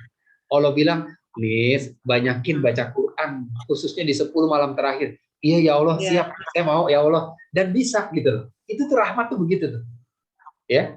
Jadi banyakin istighfar, Allah akan masukin rahmat ke dalam hati kita, bukan 1, bukan 10. Midroro, hujan yang deres banget. Midroro. Oke. Jadi kalau pengen dapetin rahmat yang banyak, syaratnya apa? Istighfar. Istighfar. 1 kali atau 1000 kali? 1000 kali. 1000 atau 1.000.000 kali? Lebih. Banyakin banyak, ya kan? Oke. Terus setelah kita dapat hujan yang sangat deras, yaitu rahmat yang sangat banyak, apalagi yang Allah janjikan dengan kita banyak istighfar di ayat ini? Kekuatan.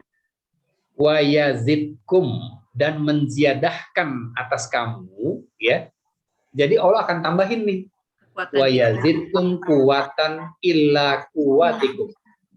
Nanti Po Anies akan dikasih modal, dikasih booster berupa kekuatan baru di atas kekuatan yang udah Mbak Anies milikin. Apa kekuatan yang sudah kita miliki, teman-teman? Kekuatan fisik. Ayo, ini yang gabung ngaji malam ini pada punya tangan nggak? Punya. Punya nggak? Punya. Tangannya bisa nggak dipakai buat buka Quran? Coba buka tuh halaman Quran. Bisa nggak? Bisa. Bisa. Punya kaki nggak yang sehat? Punya. Bisa nggak dipakai buat jalan ke kamar mandi buat ngambil wudhu? Bisa. Bisa. Berarti kuat nggak tuh kakinya? Kuat. Kuat. Kakinya kuat, tangannya kuat. Punya mata? Punya. Bisa pakai ngelihat? Bisa. Bisa. Berarti matanya, kakinya, tangannya udah keren semua tuh. Iya nggak? Nggak ada masalah kan? Aman. Oke, aman, kata wanita. Tapi kenapa berat, Pak Indra? Karena kekuatannya nggak ada. Karena kekuatannya cuma kekuatan fisik yang kita punya, dan kita nggak punya kekuatan hati. Dan itu Allah yang kasih. Wa yazidkum kuwatan illa kuwatikum. Ntar Allah akan tambahin kekuatan di atas kekuatan yang udah ada pada kamu. Yang udah ada kekuatan fisik. Yang belum ada kekuatan apa? Kekuatan hati. kekuatan hati yang belum ada, banyakin istighfar, ntar kita akan bingung sendiri. Ayo, kita minta testimoni Pok Nita. Pok Nita, yang selama ini katanya jarang bisa ngatamin Quran di Ramadan. Coba Pok Nita cerita, tahun ini gimana Pok Nita? Oh, iya Ustadz, bukannya jarang, emang nggak pernah dari lahir, udah tua kayak gini. Tuh, dari lahir sampai tua nggak pernah hatam Quran di Ramadan. Kata Pok Nita nih, ini bukan bicara aib-aiban nih ya, ini testimoni. Oke, lanjutin Pok Nita. Ya, terus pas ikut kajian, ya nanya kan Pak Ustadz, gimana caranya ya? Kok mau buka Quran tuh berat banget gitu, gimana caranya? Simpel sih jawabannya, minta tolong aja sama Allah. Benar, setiap sholat ya udah minta tolong, ya Allah tolongin dong supaya bisa minimal baca surat pendek kayak apa kayak gitu, sampai qadarullah itu mengalir aja Ustadz. Ada teman salah kirim voice note hafalan ke grup SMA sama Rini juga ya Rin. Nah itu nanya gitu, ini ngapa? Oh ini belajar online tahsin. Nah jadi apa ya, nyambung ya Ustadz. Di satu sisi Ustadz saranin untuk minta tolong pada Allah, ketika kita minta tolong ada aja jalannya. Jadi sekalian dibenerin bacaannya, ya dari alif-alifan itulah dari dasar lagi, dan sampai hari ini alhamdulillah walaupun juga masih tersendat, ini baru juz 15. Alhamdulillah. Alhamdulillah, dulu mah alif lam mim habis lebaran tutup pengajian, ntar buka lagi alif lam mim lagi, nggak nyampe-nyampe gitu ya. Kita pindah ngaji mulu. Iya tuh ya, dari nggak pernah hatam sekarang 15 juz, itu kan prestasi tuh. Ya. Caranya gimana? Caranya banyak istighfar kepada Allah dan jangan lupa minta tolong Mbak Anis. Kalau saya Pak Ustadz, awalnya kenceng Pak Ustadz. Awalnya kenceng, udah hatam sekali. Nah, untuk yang kedua kali ini nih, susah banget. Yuk, balik ya, makasih Mbak Anis ya. Semangat. Iya, ini lagi on the way kedua. Iya. Siapa yang hafal doa yang kita pelajari di Tarhib Ramadan? Siapa yang hafal? Pok Devi, boleh bantu Pok? Bunyi doanya gimana Pok? Suaranya dihidupin dulu Pok. Belum hafal Ustadz. Belum hafal, alhamdulillah. Baca doang. Bunda Akna, hafal Bun? Tolong dihidupin suaranya Bun.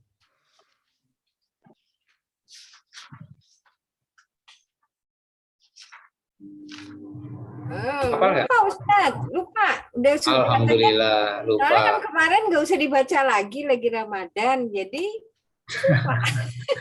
Haji Ferry, nah Haji Ferry ikut juga nih. Bang Haji gimana Bang Haji, hafal nggak doanya?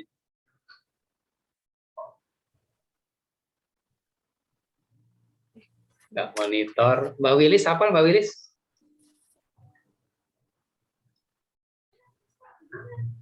Doa apa Ustaz? Doa menyambut Ramadan Bang Haji. Oh, nggak hafal. Nggak hafal. Oke. Saya baca aja ya, Mbak Anis ya, teman-teman semua. Ya, doanya macam-macam redaksinya, tapi yang kita bahas waktu itu adalah doa yang bunyinya Allahumma ahillahu alaina bil yumni wal iman wassalamati wal islam robbi wa rabbukumullah. Oke. Doanya biasa aja ya, tapi kalau kita paham maknanya ini akan jadi sangat luar biasa. Dan waktu itu saya ingat, kalau doa ini Allah ijabah Mbak Anis, maka Ramadan ini akan jadi Ramadan terbaik buat kita semua. Kenapa? Lihat doanya ya. Allahumma ahillahu alaina. Ya Allah, tolong izinkan kami bisa ketemu lagi ya Allah dengan Ramadan tahun ini. Tapi jangan sehari dua hari ya Allah, ketemunya 1 bulan full. Itu maknanya.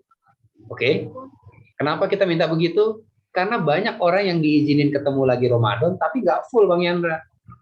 Cuma 2 hari diizinin. Ya udah ketemu deh sama Ramadan ya, 2 hari aja kata Allah. Hari ketiga ada panggil. Hari ketiga Mar buat bilang inna lillahi wa inna ilaihi rojiun. Setelah berpulang ke rahmatullah seorang ibu disebut nama kita. Ketemu sama Ramadan, tapi cuma sebentar, kan gitu.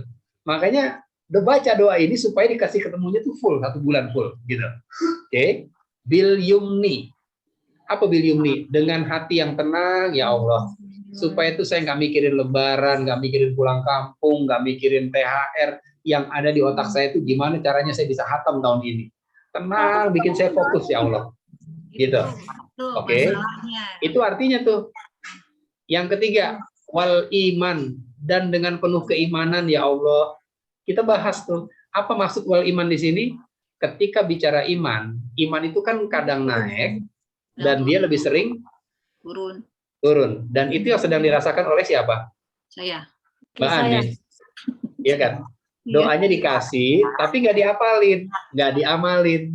Padahal tuh doa isinya, ya Allah, tolong izinkan aku ketemu lagi dengan Ramadan, dengan hati yang tenang, fokus untuk ibadah, di level keimanan yang selalu tinggi dari awal sampai akhir. Itu mana doanya. Iya, saya paham, Pak. Iya, kita nggak baca. Karena kita nggak baca, akhirnya dikasih semangat. Tapi cuma sebentar aja ya, di awal doang. Oh, gitu tuh. Pas kesini-sininya udah pikirannya udah banyak tuh, ya kan? Iya. Yang lebaran udah banyak tuh. Iya. Ya Allah, tinggal 5 hari lagi. Baju baru 2 setel. Pikirin baju deh. Dia mikirin aku kalau masih cair aku deh. Iya, rice cooker masih yang lama. Mikirin rice cooker. Pulang ke rumah Abah apa ke rumah Umi nih, 3. Udah makin mumet itu. Padahal kalau kita minta di awal sama Allah, ya Allah, bil yumni, ya Allah, please, dengan hati yang tenang, gak mikirin gituan deh. Ini 11 bulan saya udah fokus sama dunia, tolong bulan ini fokusin saya ke akhirat ya Allah. Itu mana doanya, kita kagak baca. Ya jangan salahin setan, setan cuma goda doang. Setan cuma bilang, udah tidur aja nih, besok kerjaan banyak di kantor loh. Dia tidur. Ya kan? Jadi jangan sepelein doa yang sudah diajarkan, karena nanti di yaumil akhir Allah kasih panggung buat iblis berkhutbah, teman-teman. Ini yang hari ini ngikutin bisikan setan, tidur aja udah tidur, Ramadan masih ada tahun depan, tidur kita. Itu tuh, ya, nanti di hari kiamat, setelah urusan hisab beres, udah jelas masuk neraka siapa, yang masuk surga siapa. Setan dikasih kesempatan oleh Allah untuk memberikan speech, menyampaikan pidatonya, teman-teman. Ya, apa tuh pidatonya setan? Surat Ibrahim ayat 22. Buka surat Ibrahim ayat 22. Surat berapa? Bu Haji Reni nggak ada suaranya, Bu Haji Reni nih. Ibrahim surat berapa? 14. 22. Ibrahim itu surat 14, ayatnya 22. Ya, siap Pak Ustadz. Ya, silakan Bang Yandra. Dan setan berkata, ketika perkara hisab telah diselesaikan. Stop dulu ya, stop dulu pelan-pelan aja. Dan setan berpidato, setan berkhutbah kapan? Ketika urusan hisab udah beres. Itu udah ditimbang nih, semua masih ditimbang amalnya. Setelah ditimbang, kan ada keputusan tuh Bang Subhan. Ente dosanya berat nih, ya ente sebelah sini. Nah, yang ini pahalanya gede, ente sebelah sono. Setelah perkara itu beres, terpisah siapa yang masuk surga, siapa yang masuk neraka, kemudian iblis berkhutbah. Ini khutbahnya. Silakan lanjut, Bang Yandra. Sesungguhnya Allah telah menjanjikan kepadamu janji yang benar. Dan aku pun telah menjanjikan kepadamu, tetapi aku menyalahinya. Tidak ada kekuasaan bagiku terhadapmu, melainkan sekedar aku menyeru kamu, lalu kamu mematuhi seruanku. Oleh sebab itu, janganlah kamu mencerca aku, tetapi cercalah dirimu sendiri. Aku tidak dapat menolongmu, dan kamu pun tidak dapat menolongku. Sesungguhnya aku tidak membenarkan perbuatanmu menyekutukan aku dengan Allah sejak dahulu. Sungguh orang yang zalim akan mendapat siksaan yang pedih. Sadaqallahul azim. Tapi alhamdulillah juga. Oke. Makasih Bang Yandra. Ya. Ya. Coba Ada suara kita lihat Mas. terjemahannya sekali lagi ya. Pelan-pelan. Dan setan berkata ketika perkara hisab telah diselesaikan. Jelas nih, Ponita? Ponia? Ya. Jadi setelah yaumil hisab beres, jelas yang mana surga, yang mana masuk neraka, setan berpidato. Apa pidato setan? Sesungguhnya Allah telah menjanjikan kepadamu janji yang benar. Ya. Apa tuh janji Allah? Ya, sebagaimana yang apa? Surga. Surga, ya kan? Barang siapa yang menyambut Ramadan dengan iman dan ihtisaban, dosa-dosanya akan dibikin clear. Kan gitu dalam hadisnya. Man shoma Ramadana imanan wahtisaban. Man qoma Ramadana, barang siapa yang bangun di waktu malam di Ramadan dengan iman dan ihtisab, Allah akan ampuni dosa-dosa yang telah lalu. Itu janji Allah, dan Allah nggak bakal salah dengan janjinya.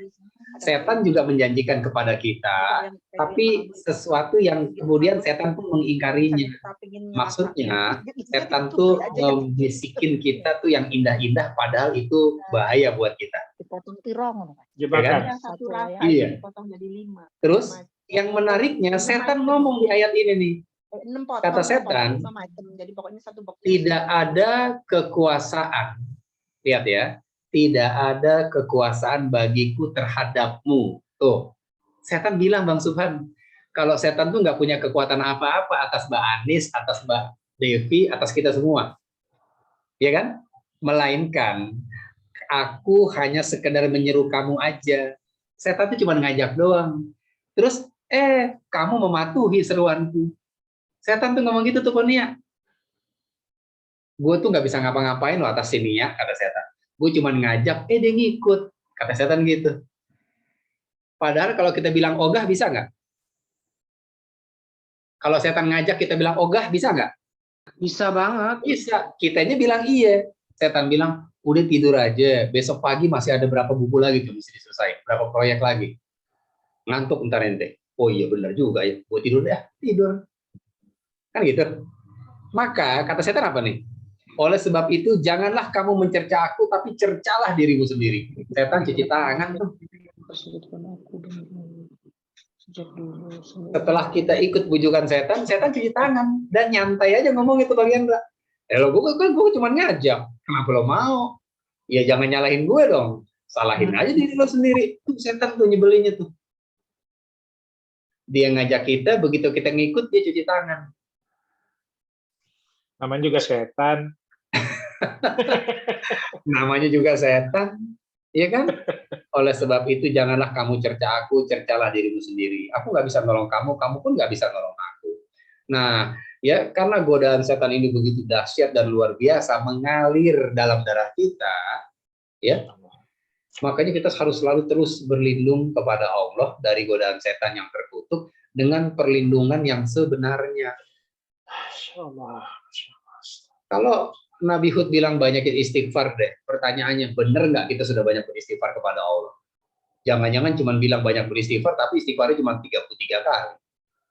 Sementara setan 7 kali 24 jam nggak pernah berhenti godain kita. Baik yang gembongnya maupun yang, apa tadi, cemen-cemennya, kata Bang Subhan. Kroco-kroco. Iya. Dan salah satu cara mendapatkan istighfar yang banyak banget tuh hadir di majelis ilmu. Iya kan? Kalau Mbak Anis nggak sanggup istighfar 1000 kali dalam sehari, datang deh ke majelis ilmu. Nanti semua ikan termasuk mola akan beristighfar kepada Allah untuk dosa-dosa kita. Makanya kalau banyakin rajin ke majelis ilmu, itu dosa kita tuh dihabisin tuh sama istighfarnya para ikan. Amin. Jadi jangan salah berpikirnya, aduh kalau gue ngaji mulu, ntar kapan gue hatamnya? Oh beda bos, beda. Semakin sering kita berinteraksi dengan Quran, semakin Allah habisin dosa-dosa kita, akhirnya jadi enteng nih hati. Hati jadi enteng, kaki jadi enteng, mata jadi terang. Saya kenal ada satu perempuan ya, Mbak Nia, seorang wanita usia remaja, Bang Subhan, kerja di sebuah kafe di Ramadan. Pulangnya jam 1 pagi atau setengah 2 pagi. Ya Allah Ya. kasih. Kadang jam 1, kadang setengah 2, masuknya sore dia. Itu setelah pulang, itu nggak tidur Bang Yandra. Setelah pulang, dia bermohon kepada Allah untuk bisa menghatamkan Quran, dia baca aja tuh Quran. Sampai ketemu sahur. Masya Allah. Sampai Kenalin ketemu Pak sahur. Ustadz. Ya, Kenalin. insya Allah. Insya Allah. Insya Allah ntar kita Bukan, kenalin. bukan. Jangan pikiran yang aneh-aneh dong. Tajir kalau mau kenal. Ya. Iya, ini true story beneran. Ya. Masya Allah. Kalau Allah tolong, itu nggak ada susahnya tuh mata kita tuh terang, beneran. Nggak ada susahnya. Kalau Allah tolong, ya Bu Akna tahu nih, di Baitul Mawadah itu, kita nggak usah sebutin namanya, ada seorang ibu yang sanggup hatam 7 kali Bu Akna ya. Tahun kemarin 7 kali hatam, emak-emak, punya laki, punya anak 2. Bukan pengangguran, punya laki, punya anak 2, umurnya di atas 50 Bu Akna. Hampir berapa? Hampir 50. Hampir 50 Bang Yandra. 7 kali hatam tahun kemarin. Astagfirullahaladzim. Kajian kemarin, Ramadan belum beres, saya ketemu lagi, beliau udah hataman yang kelima. Oke. Terus saya ngobrol tuh, ada Bu Akna juga, Bu Akna ya? Ada, Bu Akna saksinya nih. Saya ngobrol, saya tanya, Ibu gimana sih cara baca Qur'annya tuh? Bisa 7 kali hatam? Dan apa yang beliau sampaikan tuh benar-benar nonjok banget buat saya gitu. Dia bilang Bang Yandra, di Ramadan, dia tuh kalau bangun tidur jam 1. Jam 1 malam dia bangun, ngapain? Istighfar, tadarus, berzikir kepada Allah, sambil nungguin sahur. Begitu jam 3 dia masak deh, buat suami, buat anak-anaknya. Sahur, beres kan? Iya nggak? Selesai sahur, subuh. Habis subuh, bayangan kita nih, kalau jam 1 udah bangun, habis subuh kira-kira tidur apa melek mata kita, kalau bayangan kita? Tidur. Tapi enggak nih. Nih Ibu bilang, saya tuh kalau baca Quran dari habis subuh, ya udah saya baca terus Pak Indra. Sampai kapan Bu? Sampai asar. Nah loh. Astagfirullahaladzim. Baca Quran dari habis subuh sampai asar. Dia yang baca, niat yang istighfar tuh. Astagfirullah, bagaimana ceritanya tuh? Dia yang baca, niat ngilu tuh. Kita kan kepo Bang Yandra.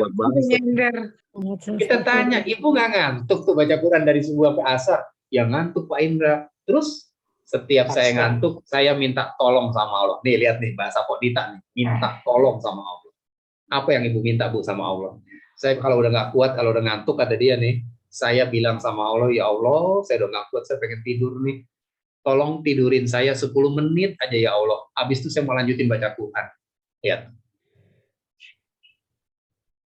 2022 ada orang model begitu. Jadi kalau kita berpikir, nggak ada kali Pak Indah orang kayak gitu, karena kita ngukurnya diri kita. Faktanya di lapangan ada orang yang doanya begitu. Minta ditidurin 10 menit aja Bang Yandra. Kalau Ponia gimana? Habis ngurusin bapak, capek, ya Allah, saya pengen tidur pulas banget ya Allah, jangan bangun-bangunin sampai asar. Gitu doa kita. Masya Allah. Iya. Ini emak dari jam 1 udah bangun. Begitu ngantuk mintanya 10 menit aja. Ini pelit banget kan, nyebelin tanda petik nih. Ya Allah, saya benar-benar nggak ada segitu-gitunya dari Ibu. Ya. Tapi ya itu ya Pak Ustadz, testimoni banget ya. Jadi saya kenal juga seorang laki-laki yang mana tadinya nggak pernah baca Quran, nggak ya bisa di ini. Semenjak kenal sama Pak Ustadz ini, alhamdulillah. Dan dia bilang, kan katanya gini ya, kalau baca Al-Kahfi setiap malam Jumat itu mendekatkan kita pada Ka'bah. Dan dia tuh nggak pernah lepas dari Al-Qurannya. Saya sampai bingung gitu hari-harinya dia kok sekarang megang Quran tuh sampai saya gini, ngapain sih? Berarti saya gini, kok baca Quran terus? Pas saya gini, dia kok megang HP terus, ngapain sih aku lihat ini? Oh baca Quran, baca lagi, baca Quran. Oh gue kira ngapain dia megang Quran, dia baca HP gitu kan. Ya alhamdulillah loh, qadarullah itu benar-benar loh yang buat nonjok banget ya. Berarti Quran itu Allah nggak bohong ya, janji Allah tuh bener loh. Dia tuh nggak pernah selama ini baca Quran. Malah Masya Allah banget dia itulah. Dia bisa pergi sampai ke sana, bisa sujud depan Ka'bah, itu salah satu keajaiban banget. Makasih Pak Nia, testimoninya. Nih Bu Akna yang pernah saya ceritain di Baitul Mawadah, Bu Akna. Ya, barang siapa yang memperbaiki hubungannya dengan Quran, Allah akan beresin semua sendi-sendi kehidupan dia. Dan siapa yang Mbak Nia ceritain, saya tahu banget orangnya. Ya, yang secara teori nggak mungkin aja bisa sampai ke Mekah. Nih Ramadan ini dia tarawih di sono. Bayangin. Iya nggak, Nia? Iya. Kalau bicara kantong, nyampe nggak ke Mekah kira-kira? Saat ini enggak. Nggak nyampe. Bicara kantong, bicara tabungan nggak bakal nyampe. Tapi kalau Allah bilang berangkat, ente berangkat tuh orang. Bayangin, saya pengen banget bisa Ramadan di sana. Nih teman kita nih berangkat, Ramadan ini dia berangkat, nggak ngimpi-ngimpi tuh. Dan ternyata kata Ponia, yang tadinya jarang baca Quran sekarang tiap saat buka HP. Buka HP bukannya ngapa-ngapain, baca Quran. Iya, saya tadi sempat jelas Pak Ustadz, ngapain sih buka HP mulu? Aku bilang gitu. Ngapain sih gitu, baca gituan, mojok buka HP, ya Allah. Aku bilang, baca gituan kesannya negatif banget. Ngapain sih main HP mulu, nggak taunya baca gituan. Kirain kita lambe turah dibaca. Baca gituan ngomongnya. Sampai mau tidur itu aja, Masya Allah mau tidur aja.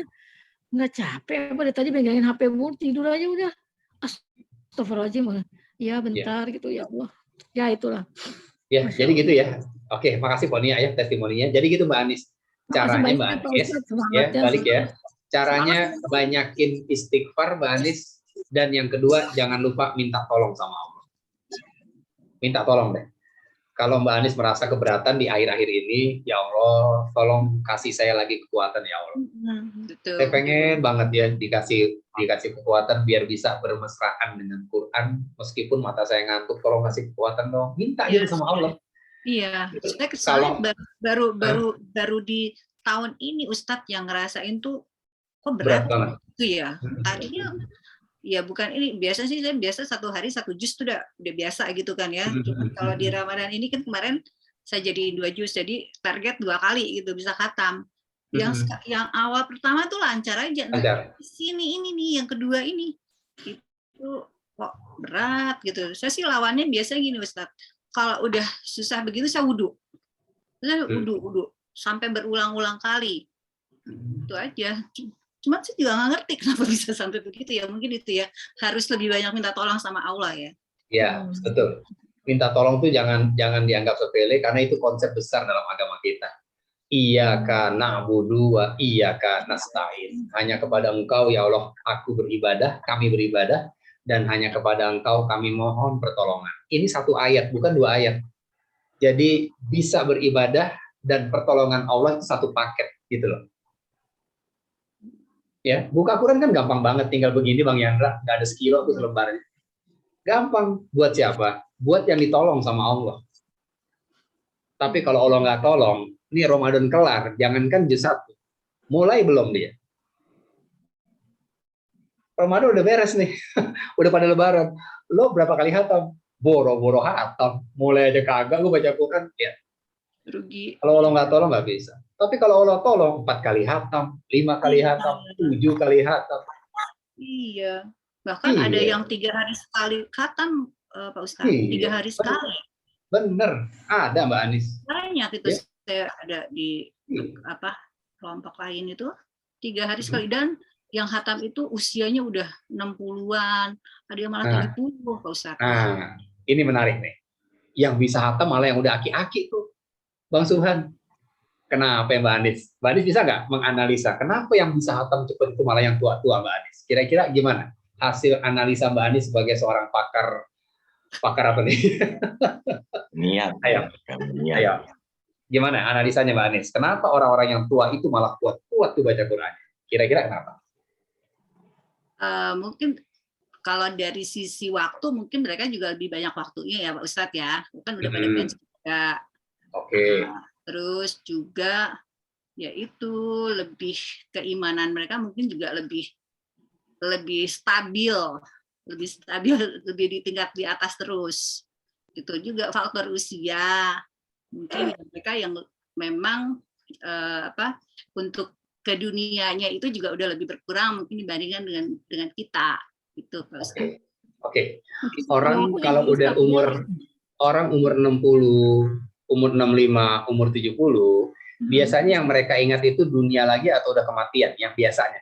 Umumnya kematian. Oke, udah akhirat kan? Udah umur 60 dia ingat, ya Allah, umur 60. Gue hatam juga enggak nih Quran. Hafiz juga enggak, 30 juz, 30 gue enggak hafal. Iya kan? Akhirnya orang-orang yang udah pada tua tuh kan banyak ingat dosa. Iya kan? Karena banyak ingat dosa, akhirnya banyak beristighfar nggak mereka? Iya, banyak beristighfar. Banyak istighfar. Karena banyak beristighfar, Allah berikan hujan yang deras ke dalam hati mereka. Rahmat Allah masukin. Karena Allah masukin rahmat, wa yazidkum quwatan illa quwatikum. Allah tambahin kekuatan dalam hatinya di antara kekuatan fisik yang sudah ada.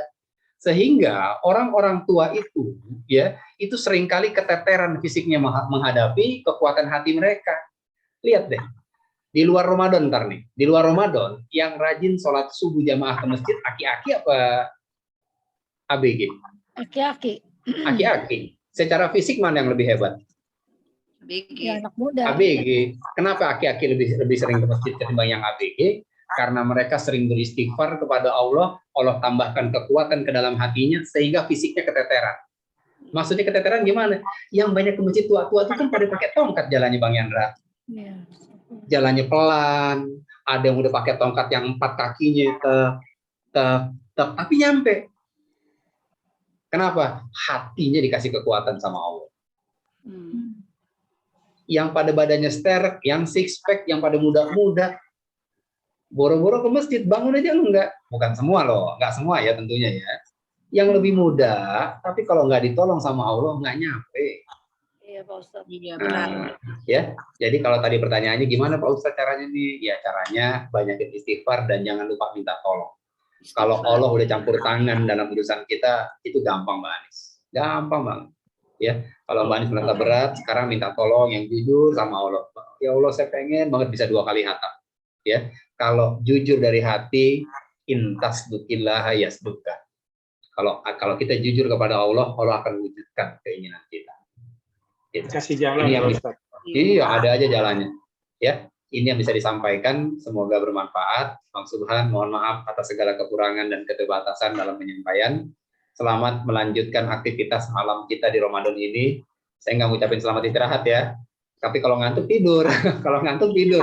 Tidur dulu. Iya, tidur dulu. Jangan lupa minta tolong sama Allah. Kayak ibu tadi tuh. Kayak ibu tadi tuh. Ya Allah, saya udah gak kuat nih. Saya mau tidur dulu. Sekian menit aja minta tuh. Kalau Allah tolongin, bangun kita dari 10 menit berikutnya. Insya Allah. Makasih teman-teman, sekali lagi mohon maaf atas segala kekurangan. Azza walhamdulillahirabbil alamin. Assalamualaikum warahmatullahi wabarakatuh. Saya kembalikan ke Pok Nia. Silakan Pok Nia. Assalamualaikum warahmatullahi wabarakatuh. Teman-teman maaf ya nggak ada sesi tanya jawab karena kita kan mau beraktivitas untuk malam ini ya Pak Ustadz ya, insya Allah. Insya Allah, insya Allah. Alhamdulillahirrahmanirrahim, jazakumullah khair Pak Ustadz. Semoga ilmunya bermanfaat untuk kita semua. Amin. Malam ini sungguh luar biasa, sangat luar biasa. Al-Quran mudah-mudahan menjadi sahabat kita, menjadi penolong kita di akhirat nanti ya Pak Ustadz ya. Amin. Amin ya Allah. Amin. Apa yang disampaikan Pak Ustadz, kita semua bisa menjalankannya dan semangat di 3 malam terakhir Ramadan ini. Amin. Amin ya Allah. Amin. Ya Allah, 3 malam Ramadan ini ya Pak Ustadz. Kita sama-sama semuanya doa. Semua kita diampuni dosa-dosa kita terus. Amin. Kita bisa dapat malam Lailatul Qadar ya Pak Ustadz ya. Makasih banyak Pak Ustadz. Jazakumullah khair buat tamu-tamu undangan semuanya. Makasih banget, aku jadi mewek, emang tukang mewek. Mudah-mudahan benar-benar kita bisa baca Al-Quran, bisa tadarusan, terus sampai nanti akhir Ramadan pun kita bisa ketemu Ramadan tahun depan lagi penuh ya Pak Ustadz. Amin. Amin. Amin. Insya Allah kita semua dikasih rahmat Allah dengan hujan yang deras dalam diri kita. Semoga kita bisa istiqomah di jalan Allah Subhanahu Wa Taala. Amin. Terima kasih semuanya. Assalamualaikum warahmatullahi wabarakatuh. Kita baca itu Pak Ustadz, doa kafaratul majlis. Ya. Astagfirullahaladzim, astagfirullahaladzim, astagfirullahaladzim. Subhanakallahumma wa bihamdika Asyhadu an la ilaha illa anta astaghfiruka wa atubu ilaik. Syukron semuanya, mohon izin ya, selamat melanjutkan aktivitas. Salam buat keluarga. Semoga kita semua disehatin. Semoga Ramadan ini menjadi Ramadan terbaik buat kita semua. Amin. Ya Rabbal Alamin. Bang Ferry, Assalamualaikum Bang. Assalamualaikum warahmatullahi wabarakatuh. Bang Subhan, Bang Yandra, semuanya ya. Bang Aulia, hari ini. Yuk. Mbak Nia, masih perlu linknya nggak, Mbak Nia? Anissa mau ngobrol apa enggak? Nggak usah ya? Nggak usah ya kayaknya ya. Nggak usah, Pak Ustadz. Oh, ya udah, banyakin istighfar sama doa deh, minta sama Allah ya. Biar bisa khatam lagi tahun ini. Oke, sip. Assalamualaikum warahmatullahi wabarakatuh. Waalaikumsalam warahmatullahi wabarakatuh. Kita kayak itu ya ke rumah Pak Ustadz ya, insya Allah ya. Lebaran nih. ABH ya? Insya Allah, amin. Ayo. Ntar direncanain ya, siap. Ya. Yuk. Oke. Silakan. Pak Ustadznya gimana tuh? Insya Allah siap terbuka pintunya Bang Yandra. Ini persiapan Iya, saya tadi juga mau usul. Maaf nih nyambung sedikit teman-teman. Insya Allah kalau memang ada rencana mau ke rumahnya Pak Ustadz, saya juga ingin silaturahmi. Tapi kalau bisa minta tolong di atas tanggal 10. Karena saya baru pulang ke Jakarta itu setelah Idul Fitri. Jadi kemungkinan tanggal 8 atau tanggal 7 lah. Ya oke, nanti kita bicarakan, siap di grup. Oke, di atas tanggal 10 ya insya Allah ya. Siap, insya Allah. Sama ini Pak Ustadz, tadi saya dengar, mohon maaf, itu yang anak yang di kafe tadi, mohon dikenalkan, saya ada niat mau sesuatu lah buat dia. Insya Allah jadi keberkahan. Insya Allah. Insya Allah Bang Yandra, nanti saya kenalin insya Allah. Mudah-mudahan Allah tolong ya. Allah kasih waktu, masih bisa kenalan. Ya. Amin. Insya Allah. Oh ya, karena ada masukan dari Bang Yandra, saya juga kasih masukan nih. Ya, kalau memang jadi, insya Allah kita silaturahim, kita kumpul-kumpul di Tajur. Saran saya, Bogor nih kurang ramah di hari Sabtu dan Minggu untuk trafficnya, gitu ya. Jadi kalau bisa sih agak nekat lah, agak nekat sedikit teman-teman khususnya yang kerja, gitu ya. Nekatnya maksudnya ya kalau nggak ambil cuti ya bolos. Tanggal 11 aja, tanggal 11 kan. Ya. Hari kerja gitu, hari kerja maksud saya. Hari kerja kan tanggal 11. Tanggal 11. Baru mulai aktivitas. Saya nebeng ya, saya nggak bawa mobil soalnya. Saya juga belum tahu sih. Sebentar. Tenang aja nih, ada Ulia nih. Ntar gue jemput sama Ulia. Gue belum ngambil cuti. Ini jadwal bulan Mei udah segini. Masya Allah. Ya, jadi Muga jangan lupa Muga loh Pak Ustadz. Muga jadwal Mei itu 1, 2, 3, sebulan 2 kali loh Pak. Tadinya Ustadz, sekarang kok jadi sekali. Iya. Jadi bulan Mei ini tinggal ada 5 hari yang kosong dan itu pun masih terus bertambah sesuai dengan jadwal dari yayasan. Jadi yang saya pegang intinya kita di atas tanggal 10 ya insya Allah ya teman-teman ya. Ya tanggal 10. Yang kedua, kalau bisa hari kerja supaya nggak kena macet. Karena jalur rumah saya ini parah macetnya Tajur nih, nggak ada alternatif gitu. Jumat paling nggak Jumat ya. Ya silahkan deh diobrolin nanti kalau udah diobrolin. Saya kasih tanggal-tanggal yang available. Ya, saya kasih info. Tanggal berapa Pak Ustadz? Mei? Sorry, Mei. Mungkin tanggal berapa dapatnya? Belum nih, belum dapat nih. Oh, belum dapat. Belum. Jadi gini, jadi nanti saya infoin ke Mbak Anis atau ke Mbak Nia, ya. Oh Nia, nih bulan Mei yang masih kosong tanggal sekian gitu. Nah, silakan deh diobrolin sama teman-teman. Jadi di tanggal ya kan? itu ya Pak Ustadz ya kita. Nanti obrolin di Muga, begitu positif infoin. Kalau udah diinfoin biar saya blok tanggalnya, jadi saya nggak bikin jadwal, nggak ada jadwal di Jakarta gitu. Oh iya, siap, oke. Gitu ya, boleh ya? Boleh Pak Ustadz, insya Allah. Ya. Sip, makasih semuanya. Makasih. Banyak Ustadz. Yuk, sama-sama. Kita live ya semuanya ya. Ya. Oke. Assalamualaikum warahmatullahi wabarakatuh. Terima kasih. Iya, makasih.